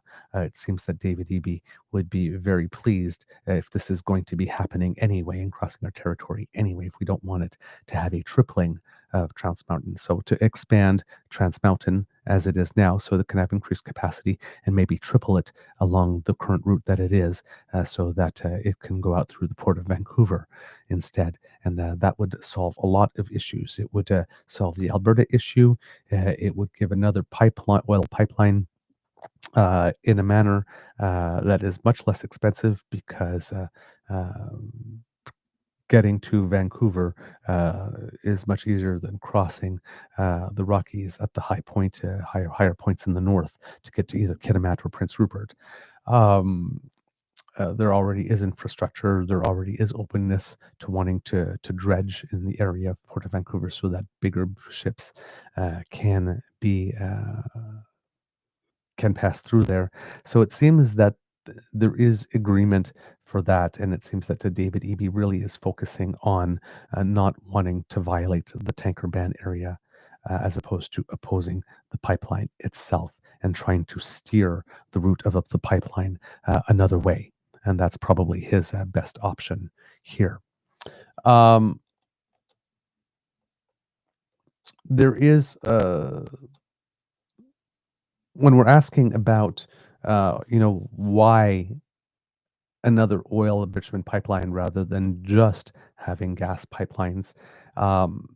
We talked about how that there are so many gas projects slated for British Columbia is a boon to David Eby because it could bring in about $300 billion of investment in order to get us to the levels of production that Mark Carney would like.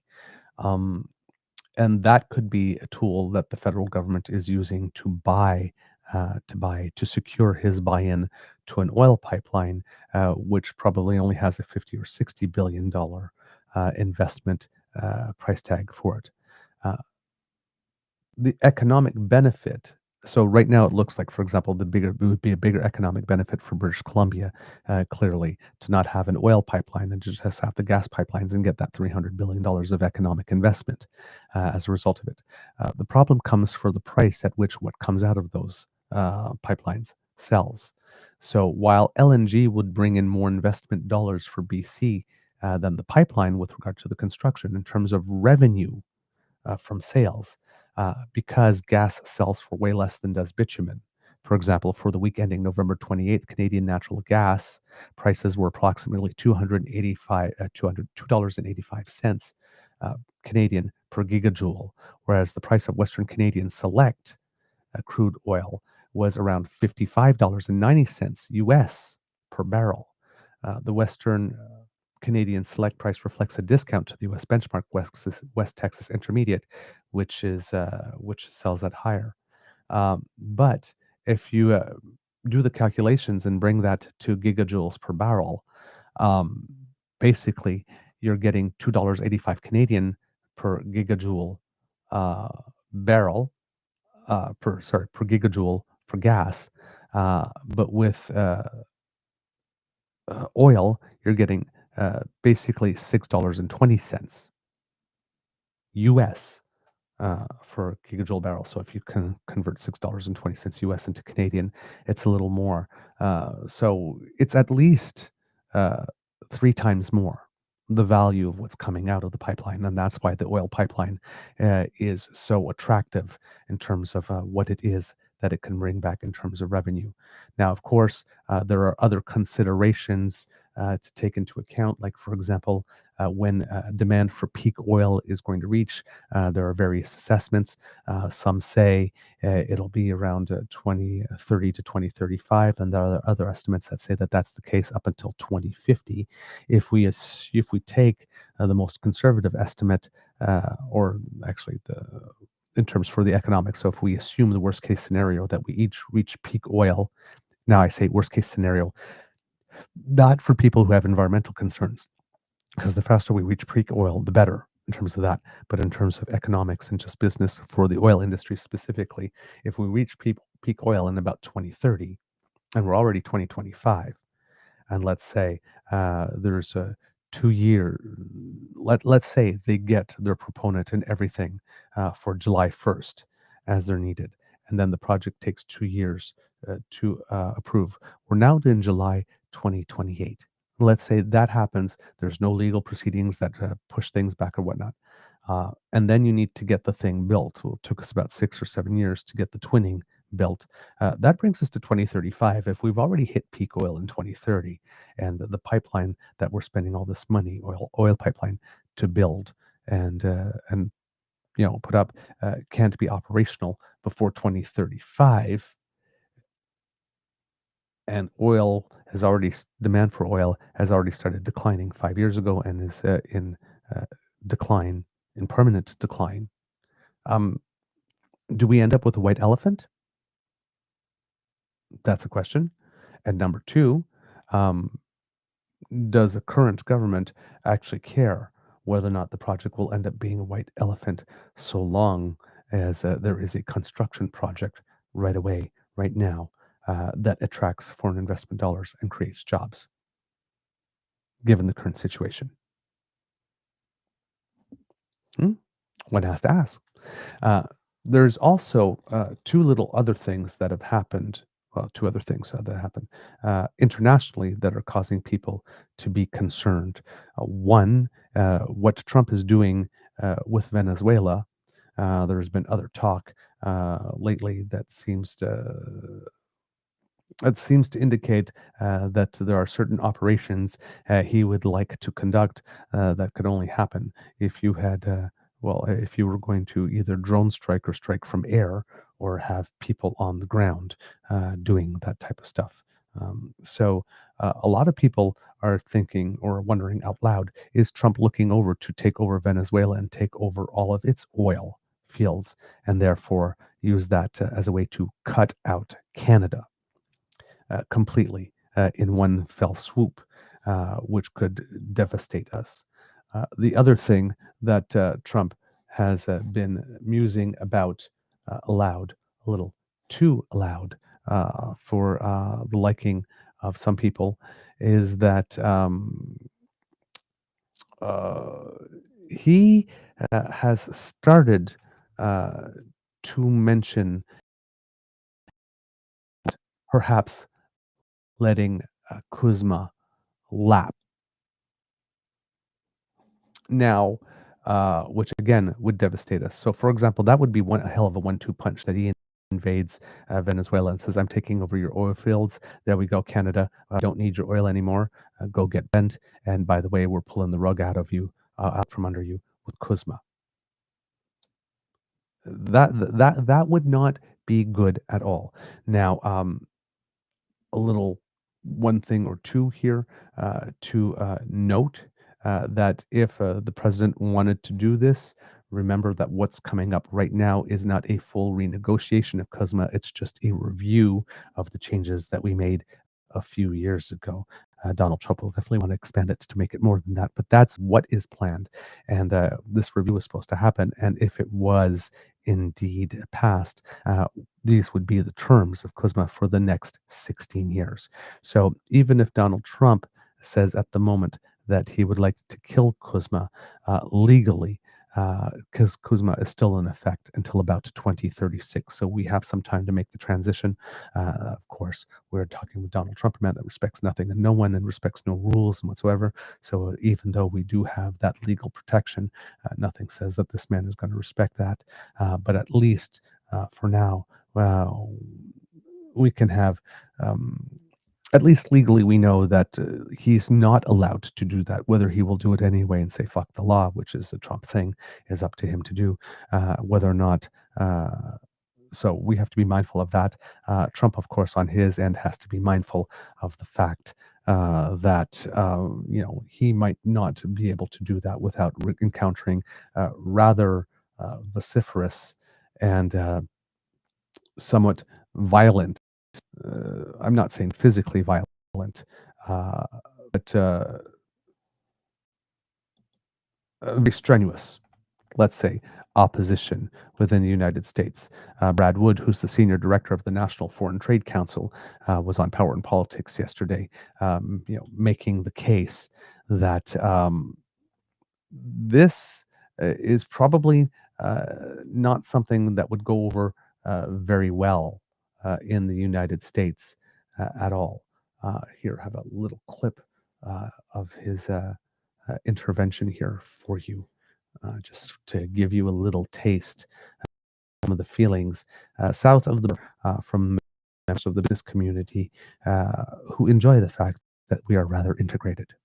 It is senior director of the National Foreign Trade Council, which says its members employ 6 million American workers. Hi, Brad. Thanks for coming on. Hi, JP. It's great to be with you. So just last hour, as you heard there, Trump said he'll either let CUSMA expire or will maybe work out another deal with Mexico and Canada. What's your reaction to those comments from the president? Katie really hit the nail on the head. In terms of the agreement, there is 10 years of successive reviews before it will expire. Ultimately, we've seen this play out in terms of threats to pull out of the agreement when we renegotiated NAFTA. And so as we approach the review here, you call it a review, you call it a renegotiation. It's critical for American businesses, for my members, that we see this renewed. And so ultimately, we will be working in the review, in the process that'll kick off in January, in my testimony tomorrow, to make the case for the agreement to be extended. That doesn't mean it won't have any changes. It doesn't mean that there can't be upgrades, but ultimately the agreement is too important for the integrity of the North American relationships. Yeah, when he says CUSMA expires in a year, that's not exactly right? Because as I understand it, it actually doesn't expire until 2036. If they can't agree on this review process, then it essentially just rolls over year after year after year. There's not actually a formal mechanism to tear up the agreement next year, right? Like this would stay in place even if they can't come to some sort of agreement on the review. Well, I do not like to interpret what the president said beyond his remarks. He used the term expire, and you are absolutely right that that leads to annual successive reviews. Okay, so tell me. There is a clause whereby the president could pull out of the agreement with a 6-month notice. That is not what he said. And so I think we should separate the issues. And he ultimately pointed to the fact that if we do not see a renegotiation or an updated agreement, he'll let it expire, which requires successive reviews. And so those are two very distinct outcomes. So as you said, you will be before this panel tomorrow. You'll be making the case for CUSMA. Tell me what you're going to be telling these folks as they consider the review process. Why do you think we should keep CUSMA? So NFTC, the National Foreign Trade Council, we represent every segment of U.S. manufacturing, in particular multinationals. Yes, they have a significant presence in the U.S., but they have a presence in Canada, in Mexico. They have supply chains that are integrated throughout, and they have customers around the world. We need this integrated framework to be able to compete and do the manufacturing that the president is trying to achieve here in the United States, and also export and compete with the world. And so for that to take place, we need this duty-free access. We need to get back to respecting USMCA, to respecting CUSMA, and get even beyond not only renewing the agreement, but also removing the 232 and IEEPA tariffs that are currently in place.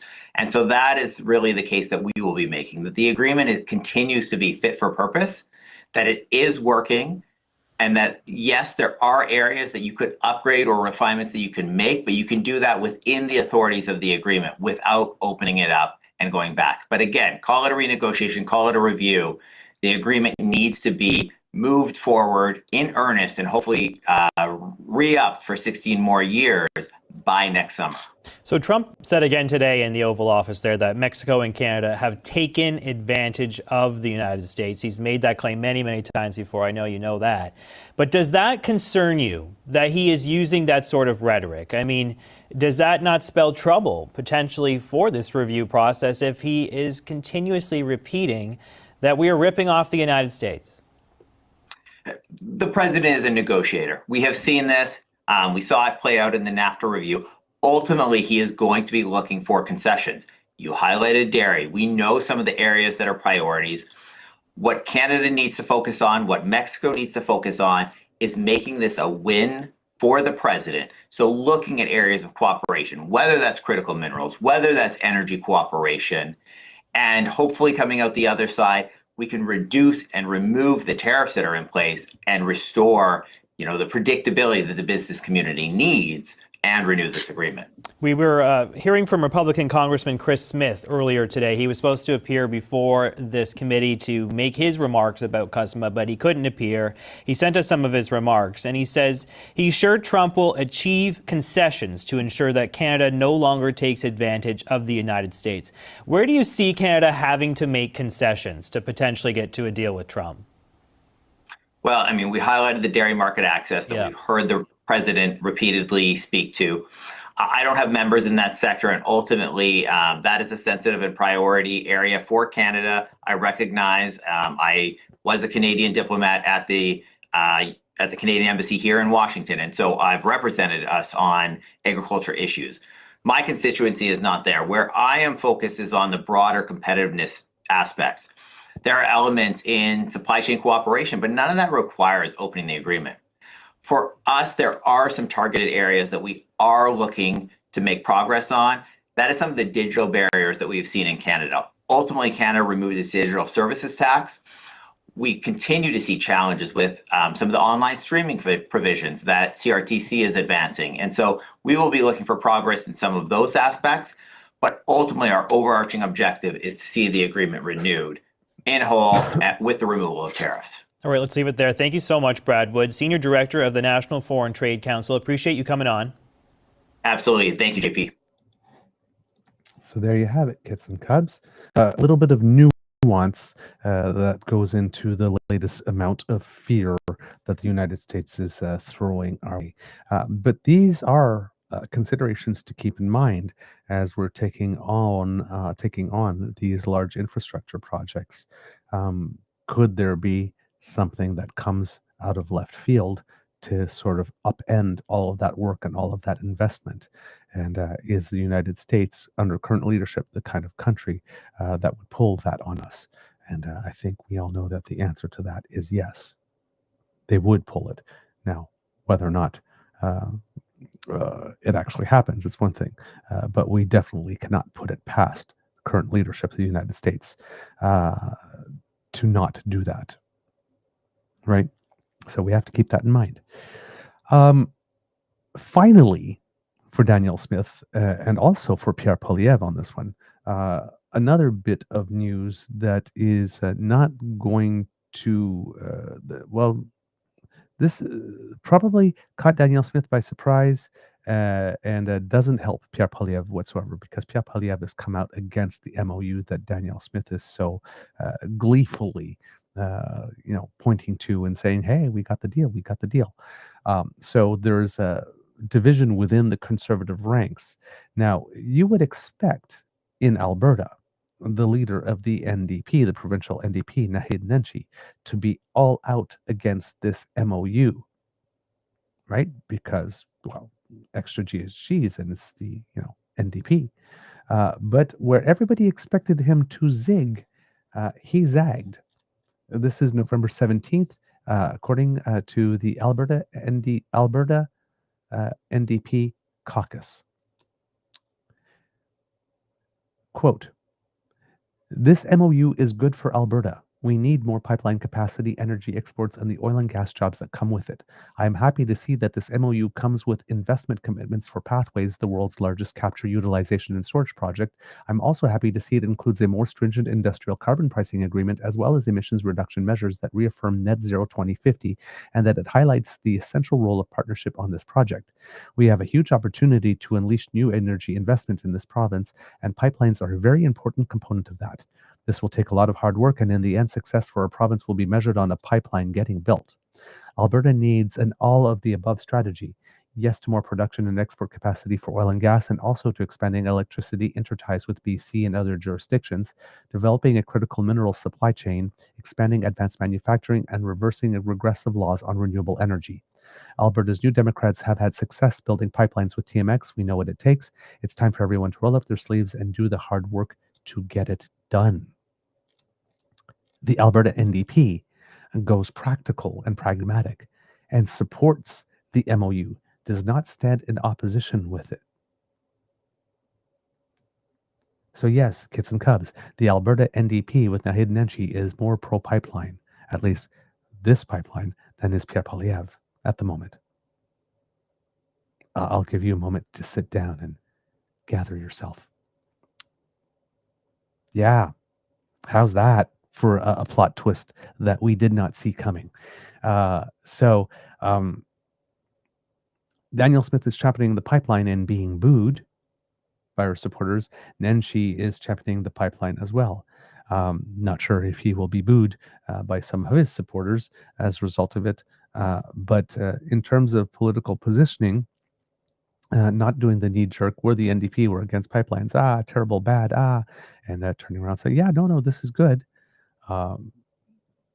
Basically, the NDP here is planning to compete with the UCP, telling Albertans, look how they've managed healthcare, look how they've managed education, look how they managed their own caucus and their own board. This party is a mess. It's like they did the work of getting the MOU of a pipeline. Thank you for that. But do you really trust this party to implement it and bring it to term?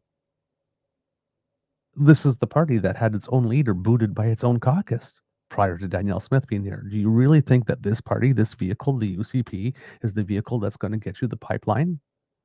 when they're at war with everyone and they can't play nice with anyone whatsoever, and they're always trying to upend things and creating new drama and can't run any component of the federal government.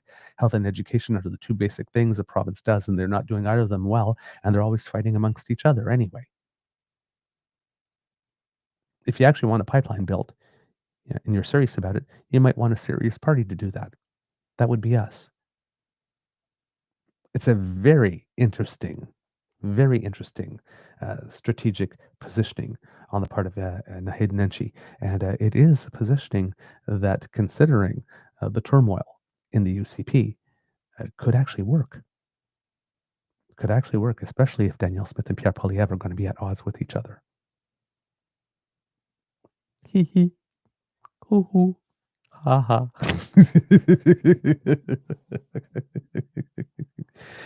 Finally, kits and cubs, because this is a sampling of provincial disasters in provincial politics. We move to British Columbia, where the leader of the British Columbia Conservative Party may or may no longer be the leader of the party, depending on who you ask. Yes, indeed. Very confusing. But it would appear that yesterday, at least according to the caucus of the BC Conservative Party, they have booted John Rustad as its leader.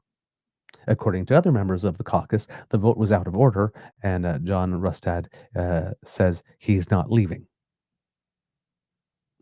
So I'm sure that is going to be a real orderly mess where everybody is going to be charming and polite and considerate with each other as they're trying to resolve that. Now, of course, we've reported on this being a little bit of a mess as well. But here we go. The latest here, according to the party's board, is that John Rustad has been removed as leader of the BC Conservatives. Rustad told reporters, quote, "Nothing has changed. He remains as leader." He added on social media, "I'm not going anywhere." BC Conservative House Leader Aliwa Warbus said members would have clarity on who is the party's leader by the end of the day. However, no official announcement came on Wednesday evening. The board's decision comes after months of turmoil in the party that have seen legislature members resigning from or being kicked out of caucus. A letter released today, signed by 20 of the party's MLAs, said they had lost confidence in Rustad's leadership. Trevor Halford, MLA for Surrey Right Walk, said he has been selected as interim leader of the party, but it's unclear who will be the leader of the official opposition in the BC legislature. Oh my God. What a mess.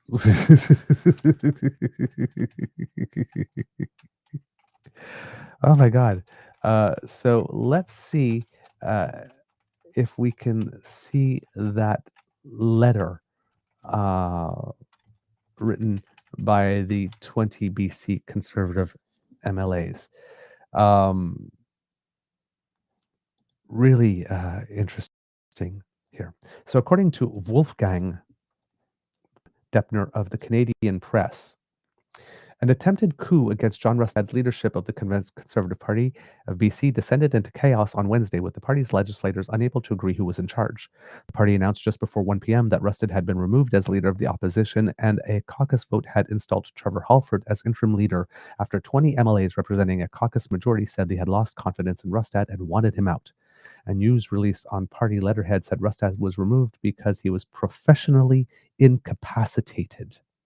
But if Rustad's opponents thought that that was the end of the matter, they were mistaken, as his supporters roamed the legislature's corridor, insisting he remained opposition leader, and Rustad took his usual seat in the chamber. He was scathing on social media, saying he was not going anywhere. Quote, "A political party's board can throw around whatever creative terminology they like. Professional incapacitation. Give me a break," he said. Halford and Rustad separately visited the office of the Speaker, Raj Chauhan, amid expectations he would make an announcement to help clear up the confusion by end of the day. But late Wednesday, Chauhan said only that a written statement would be issued, quote, "in due course," while the Conservative caucus held discussions into the night. Just over a year ago, Rustad stood on the cusp of becoming premier, with the Conservatives eventually falling 3 seats short of a majority. Since then, a caucus rebellion has seen the departure of 5 MLAs, while the party's president and most of its board executives have called on him to go. Not only that, but there has been a split in terms of another Conservative party called the One BC Party having been formed, with two ejected MLAs, Tara Armstrong and Dallas Brody, and they are one hell of a shit show. It seems that the only thing they stand for is to claim that no land was stolen from Indigenous people, that Canada was built, it wasn't stolen, and that we haven't seen any bodies yet, and that the residential school claims are all a hoax and all that kind of stuff, and anti-trans stuff. That seems to be the only two things that the party stands for. It's a party that is seeking for a reason to exist and is contributing absolutely nothing beneficial to society. In fact, Tara Armstrong's, the latest thing from the One BC party is that Tara Armstrong is trying to have a national day commemorating the convoy. That is the pressing political issue of the moment. She's writing bills. It passed first reading. She's celebrating that. But she's spending, if you're a British Columbian, she is spending your tax dollars on trying to have a day of commemoration or celebration or memorialization or whatever it is for the convoy. That's what the One BC party is doing right now. I just don't understand it. But anyway, so yeah, just over a year ago, almost became premier. Now his party wants to boot him.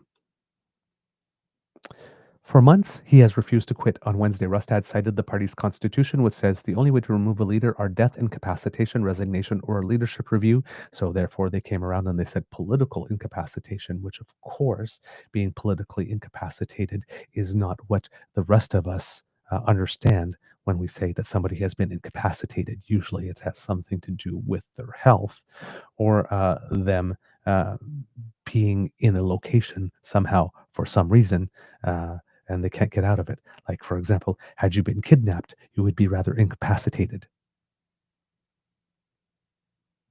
in terms of performing your duties. But politically incapacitated is not a thing. It's just two words that they put together to try to create some reason. Now, of course, this is conservatives. You can't be surprised because conservatives love to have fun with words, even though words have had definitions in the dictionary for hundreds of years. They like to come up and say, no, that's not what this word means. It really means this. So yes, apparently they are claiming political incapacitation, which is not a thing, which has led people to say that the vote was out of order. But the party's board of directors seemed to find a way around that, according to the news, according to the release announcing Rustad was out. It said the board had decided Rustad was, quote, professionally incapacitated and unable to continue as party leader. Quote, furthermore, the board passed a motion appointing Trevor Halford as interim leader. The Conservative Party of British Columbia respects the democratic will of the party caucus, the news release said. It also said there had been a caucus vote to select Halford. Halford, the Conservative MLA for Surrey White Rock, said Wednesday afternoon that he had accepted the job as interim leader. At that time, he said he had not had a conversation with the Speaker or the Clerk of the House, so it was difficult to say who the leader of the official opposition actually was. Quote, we're in some pretty incredible, unprecedented times, and what I've been calling for is stability, and I think it's paramount that we get stability inside of our caucus. I think it's paramount that we get stability with our party. I think it's paramount that British Columbians get stability. Confusion reigned in the hallways of the legislature as some Conservative MLAs continued to call Rustad their leader despite the news release. Abbotsford West MLA Corky Neufeld turned the question of the leadership on reporters, asking them, what did you hear? We'll have to find out, he said, adding that he, quote, always stood with John from beginning to the end. And the party's leader? Quote, right now it's John Rustad, Neufeld said. Rianne Gasper of Abbotsford Mission said there had to, quote, be order in the process, and this is out of order. I'm disappointed in my colleagues. I am disappointed in the way that this has taken shape, she said. Gasper, too, insisted that Rustad remain the opposition leader, while the Conservatives' House leader, Alia Warba, said in another press release would clarify exactly who was leading the opposition. The chaos was triggered on Wednesday morning by a letter from lawyer Bruce Halsor to the party president, Aisha Esti, saying he was in possession of statements from 20 MLAs calling for Rustad's removal. The letter said the statements were, quote, individually executed, which all advised that the member has lost confidence in the leadership of John Rustad. The letter was authenticated on Wednesday by Esti. Halsor, a King's Counsel and managing partner at Victoria law firm Crease Harman LLP, said in the letter that he has been asked for the moment to keep the identity of the 20 members confidential. But Rustad said the constitution of the party did not allow MLAs to vote him out, and no number of legislators could force him to quit. Quote, there's obviously some loud voices that have been part of that group that have been for some time, he said, adding that he was, quote, listening to their voices, but the party was going to focus on issues facing British Columbians. He said it was, quote, going to be their choice if the 20 MLAs choose to quit the party caucus. Since last year's election, the party's 44 seats have been whittled down to 39, with Dallas Brody and Tara Armstrong forming the 1BC party and 3 other exiting the caucus to sit as independents.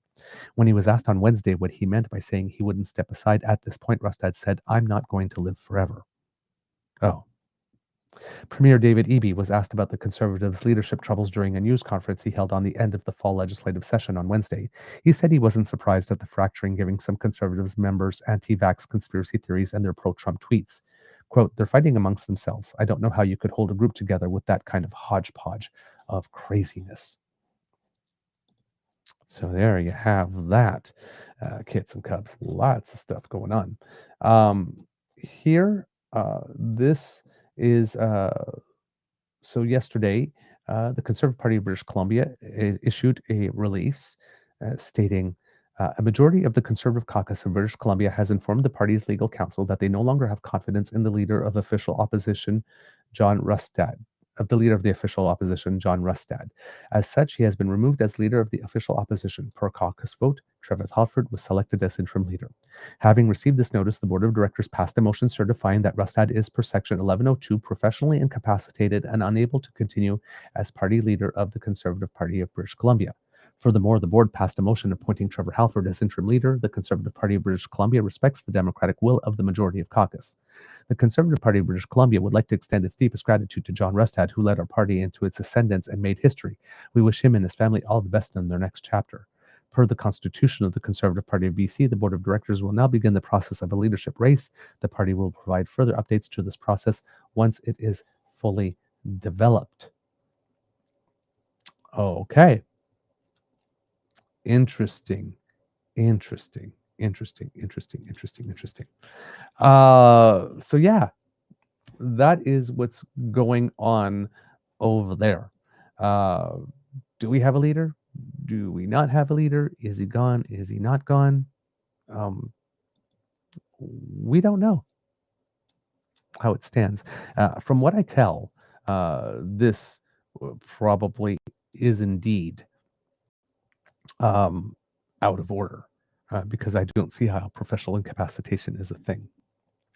In that letter that the 20 members wrote, they stated that the party's credibility had been undermined as a result of the turmoil under his leadership. And this is a quote from the letter here. As evidenced by sagging poll numbers, memberships, fundraising, shrinking caucus, and staff, As evidenced by sagging poll numbers, memberships, fundraising, shrinking caucus, and staff, philosophically inconsistent policy, low morale, and perhaps more importantly, a lack of enthusiasm and tepid endorsement from our membership, your leadership has ceased to serve that purpose, the letter said. Ouch. Rustad has repeatedly said he won't quit, citing the results of a leadership review in September where he earned 70.6% support among members who voted. That's not particularly high, by the way, but it seemed that it was determined enough for him to be able to stay at the moment. So yeah, that's what we are seeing here, kits and cubs, in British Columbia.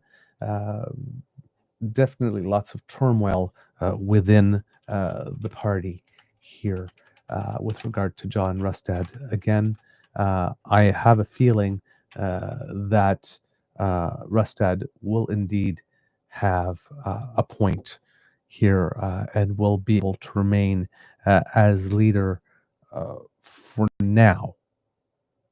But I think his days are indeed numbered. MLA Brennan Day had a statement to mention on the non-confidence vote. After months of instability within the party, it has become increasingly clear that the BC Conservatives need new leadership to chart a steady and united path forward. That is why today I voted to formally express my non-confidence in John Rustad's leadership. I remain grateful for John's work in growing the party and bringing us to where we are today, but we now need a leader who can steady the ship in these turbulent times. We are facing an NDP government that is failing British Columbians, and we cannot afford another day of further distraction. A majority of caucus has voted to restore stability by selecting Trevor Halford as interim leader, and I fully support this decision. It's time to refocus on what truly matters, delivering a strong, united Conservative alternative for this province. I remain fully committed to the Conservative Party of British Columbia, and I will continue to work and fight every day for the people of Courtenay-Comox. British Columbians deserve stability, honesty, and a government that puts them first, and we are ready to deliver exactly that. It would seem as well that there is some talk about the manner in which that vote took place, and that there are certain people that maybe did not have a chance to cast their vote. Other members, such as Claire Rattay, have also issued statements with regard to how much confidence or the confidence vote itself. So there you have it, kids and cubs. A lot going on in British Columbia as well. I'm just going to take a little bit of my notes to see if there's anything else here that I have in the notes with regard to this. Nope, that's all that I have. So as you see, kids and cubs, turmoil in the province of Quebec, turmoil in the province of Alberta, and turmoil in the province of British Columbia. What we could say, politics makes for strange bedfellows and very strange circumstances.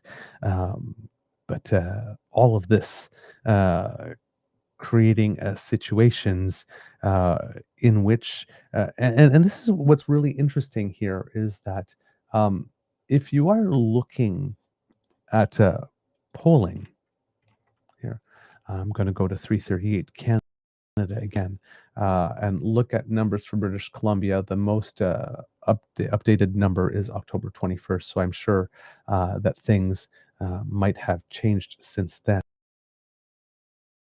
Yes. Here, if we were looking at polling results, 330 Canada was showing the NDP at 45 and the Conservatives at 42 on October 21st. So the parties were very close to each other. We're very, very, very close to each other. Despite the fact that there's been all this turmoil, I'm wondering if there would be a drop in those numbers since then. So very much looking forward to more provincial polling from British Columbia.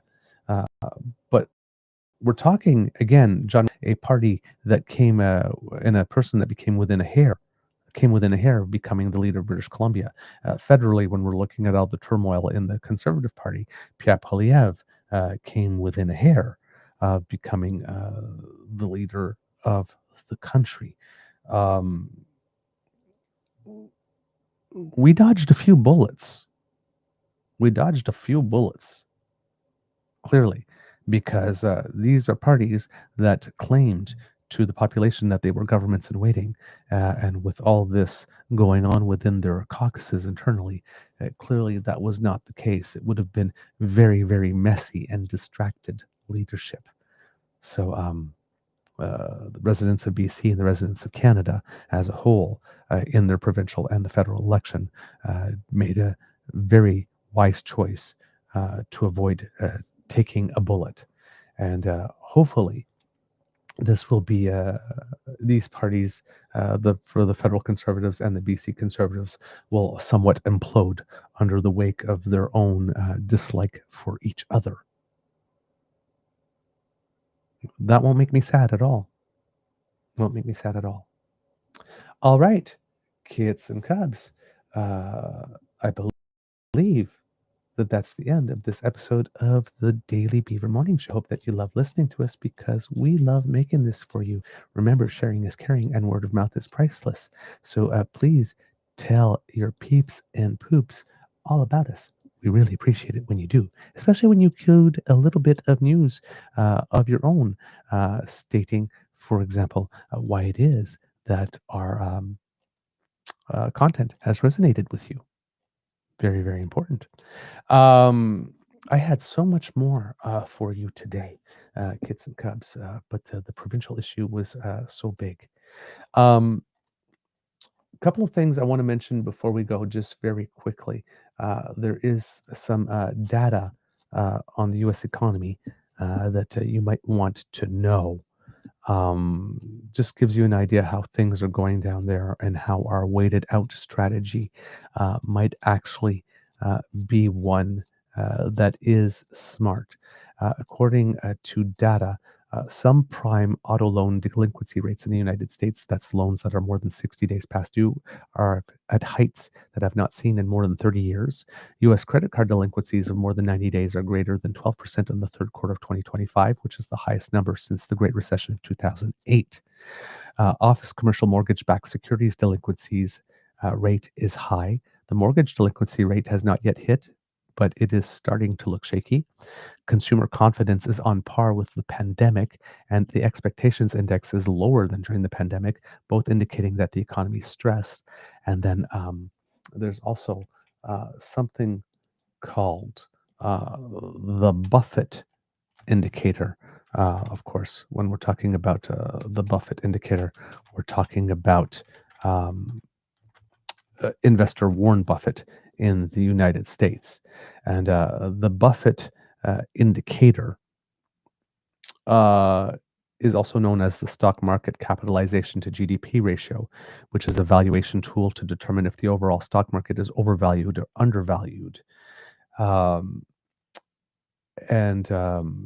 It would seem here that historically, interpretation for the US market involves ranges suggest an undervaluation, 70 to 80%, normal valuation around 100, and significant overvaluation approaching or exceeding 200%. Well, according to statistics and data, the Buffett indicator is currently at 224.1%. So that is significantly over 200. That it has exceeded 220 is leading to discussions about potential market overvaluation, partly attributed to optimism in areas like artificial intelligence, so whether or not that AI bubble is going to burst. However, the indicator does have limitations, including the impact of globalization on U.S. company revenue, interest rate effects, and the fact that it's not a precise marketing timing tool. It also generally is not suitable for comparing different countries. But still, 224% on the Buffett indicator would seem to signal extreme overvaluation. So that is some stuff to watch for in the United States specifically. And then there was one more little bit of news here that I had for you, and it was with regards to our coverage yesterday on the Indigenous file and the Indigenous reaction to the MOU when the Prime Minister was speaking to the special meeting of the Assembly of First Nations.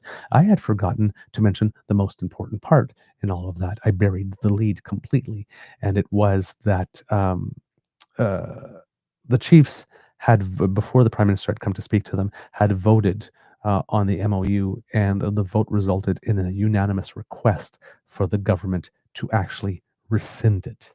I'm sorry that I forgot to mention that yesterday. That was a very important part of it.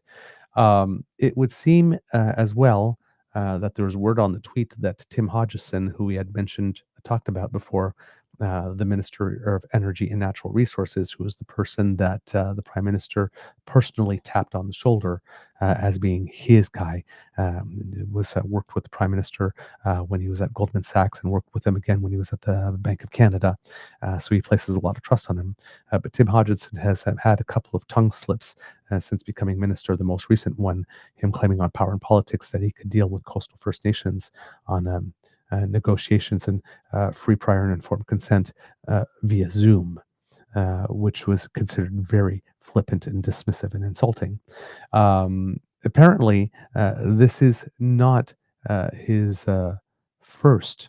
Well, it's not his first blip like that, but it's not even his first one in that week, because apparently, word on the tweet is that Hodgson had a meeting with the BC caucus of the Liberal Party, were not necessarily most overjoyed with the MOU and basically chastised them for being, quote, Boy Scouts on climate, according to Tonda McCharles, and basically letting them know that they are lucky that Mark Carney is their prime minister, because maybe they would all have jobs as a result of that. Tonda McCharles determined to put a term on these as flashes of arrogance that the Liberals might need to keep in check, and Mr. Hodgson in particular here. Hearing these types of stories makes me wonder about, again, when Elizabeth May asks about the value of Prime Minister Mark Carney's word to himself. Um, it doesn't help with that discourse to hear that the Prime Minister's number one guy, the guy that he handpicked and tapped on the shoulder, is going around and chastising the BC caucus for being Boy Scouts on climate and dismissing First Nations, saying we can talk by Zoom.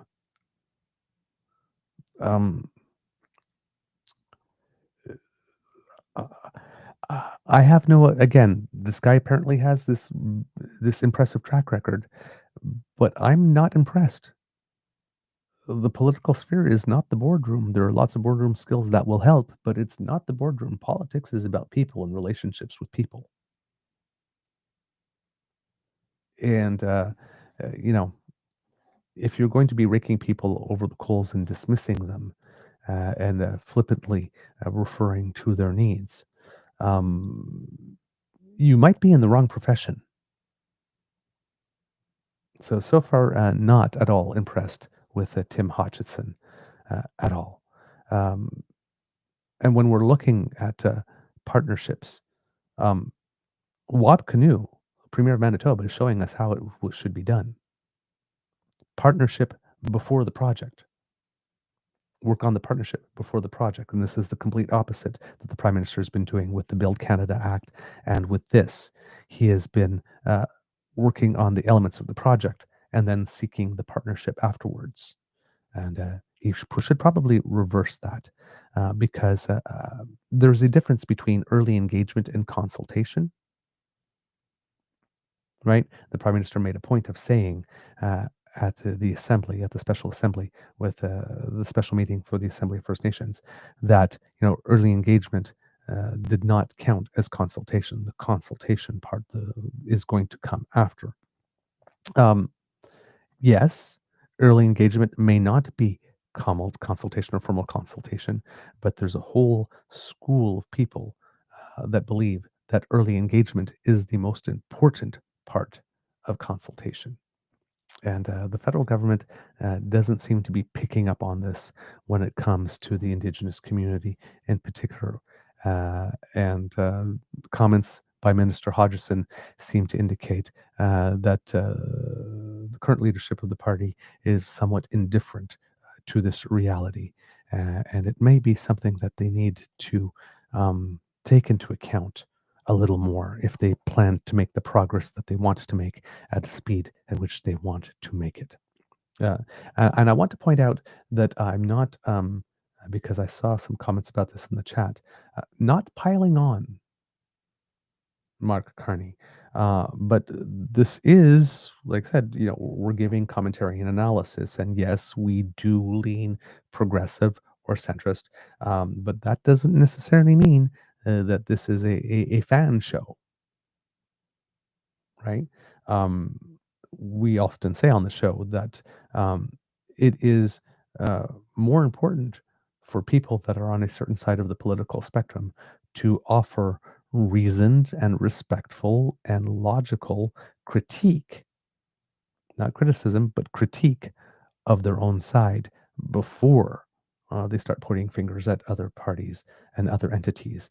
And that's what we're doing here. We are signaling or bringing attention to the fact that there might be a blind spot or there might be a better way of going about this type of engagement than is currently being used, because what is being done is speedy and it is efficient in that sense, but it is leaving behind some bruised egos, some hurt feelings, and that eventually can come back to bite you. So there's a certain lack of delicatesse that's going on with the manner that the current party with its leadership is engaging in talks with stakeholders and even other parties. If we saw on the budget, the party seemed to not care much about whether or not it had the support because he knew they knew that all the other parties were in a bind. But as the Bloc Québécois leader, François Blanchet, said that can come back and bite you on the ass. And Elizabeth May currently wondering a lot here, given that commitments were made to her specifically that there wouldn't be a certain type of tax credit for oil companies, and it wasn't in the budget. But a couple of weeks later, that type of tax credit did find its way into the MOU with Danielle Smith, and Elizabeth May is having a hard time believing that Mark Carney did not know at the time that he promised her that the 2030 commitments would be met, that there would be a real push to try to achieve them. She's finding it hard to believe that he didn't know that those tax credits were in the MOU at the time that he had promised Elizabeth May that he would indeed still adhere to the 2030 commitments. So, again, you can't be that flippant with your word. You can't be in politics and not have people who were burned by it remember it when you need them later on.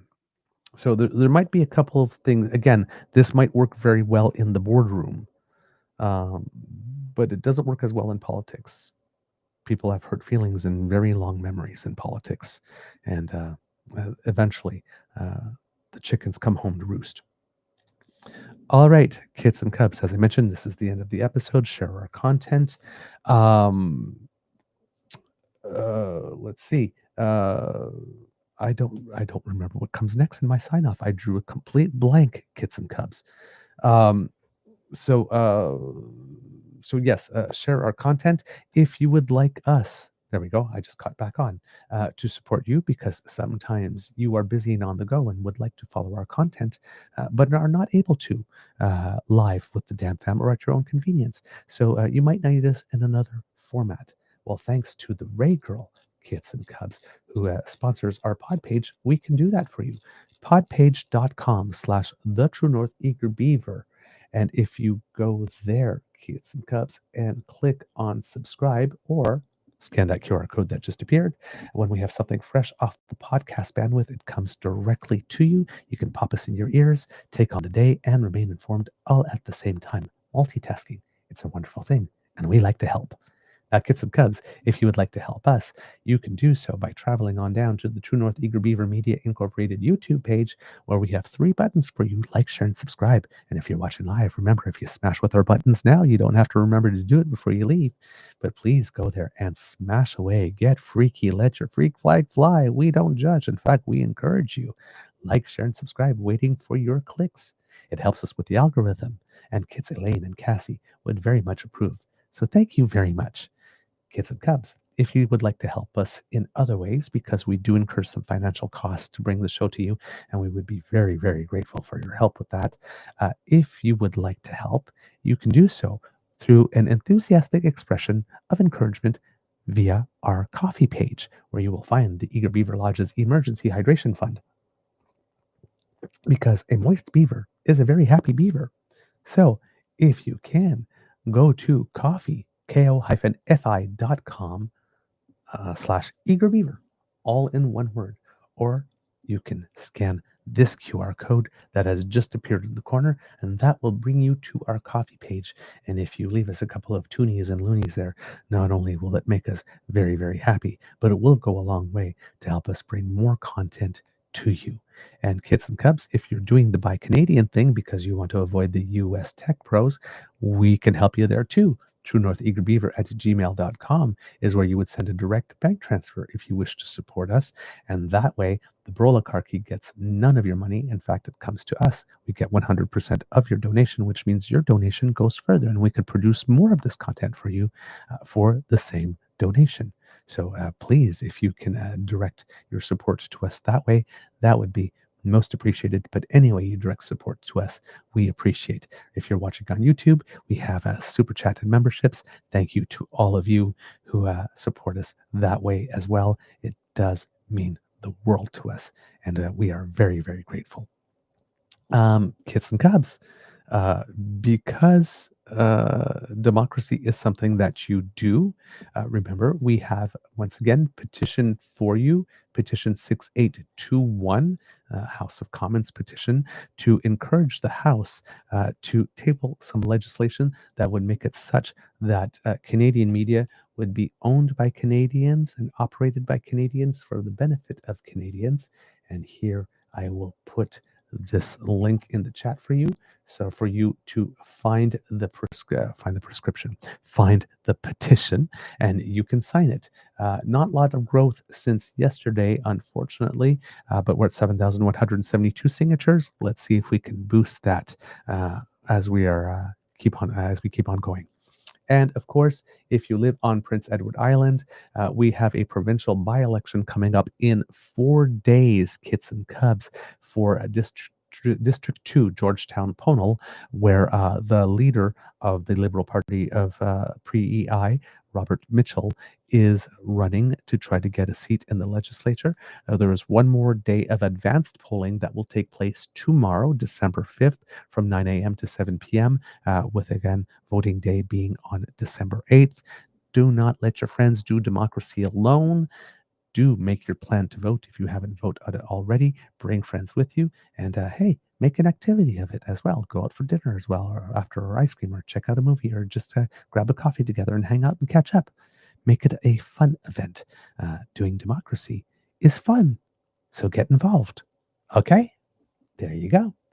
Okay, Kits and Cubs, that's all I got for you. So it's time that we get to the audience participation part of our show, where I will ask you, Kits and Cubs, if you would, to say, Mr. Beaver, please cue the cock on 1, 2, and 3. Oh, how melodious, how harmonic. I can't say no to you, Kits and Cubs, especially when you ask so artistically. Here you go. Here's some cock for you.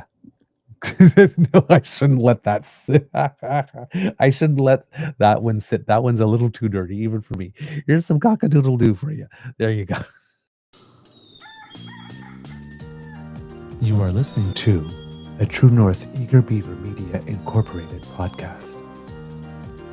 The True North Eager Beaver podcasts are proudly brought to you by our founding sponsors, the Misfit Mysteries from Corvid Moon Publishing, your source for science fiction, fantasy, and cozy mysteries featuring a broad diversity of characters. CanadianTarot.com, their uniquely Canadian online eclectic tarot community, and The Peppermaster, hot pepper sauces made from farm-fresh ingredients to thrill your taste buds and expand your mind. We are grateful to the Crier Media Network for its support, Pete Jarvis for our artwork, and Paul Joseph Something for our opening and closing sequence music.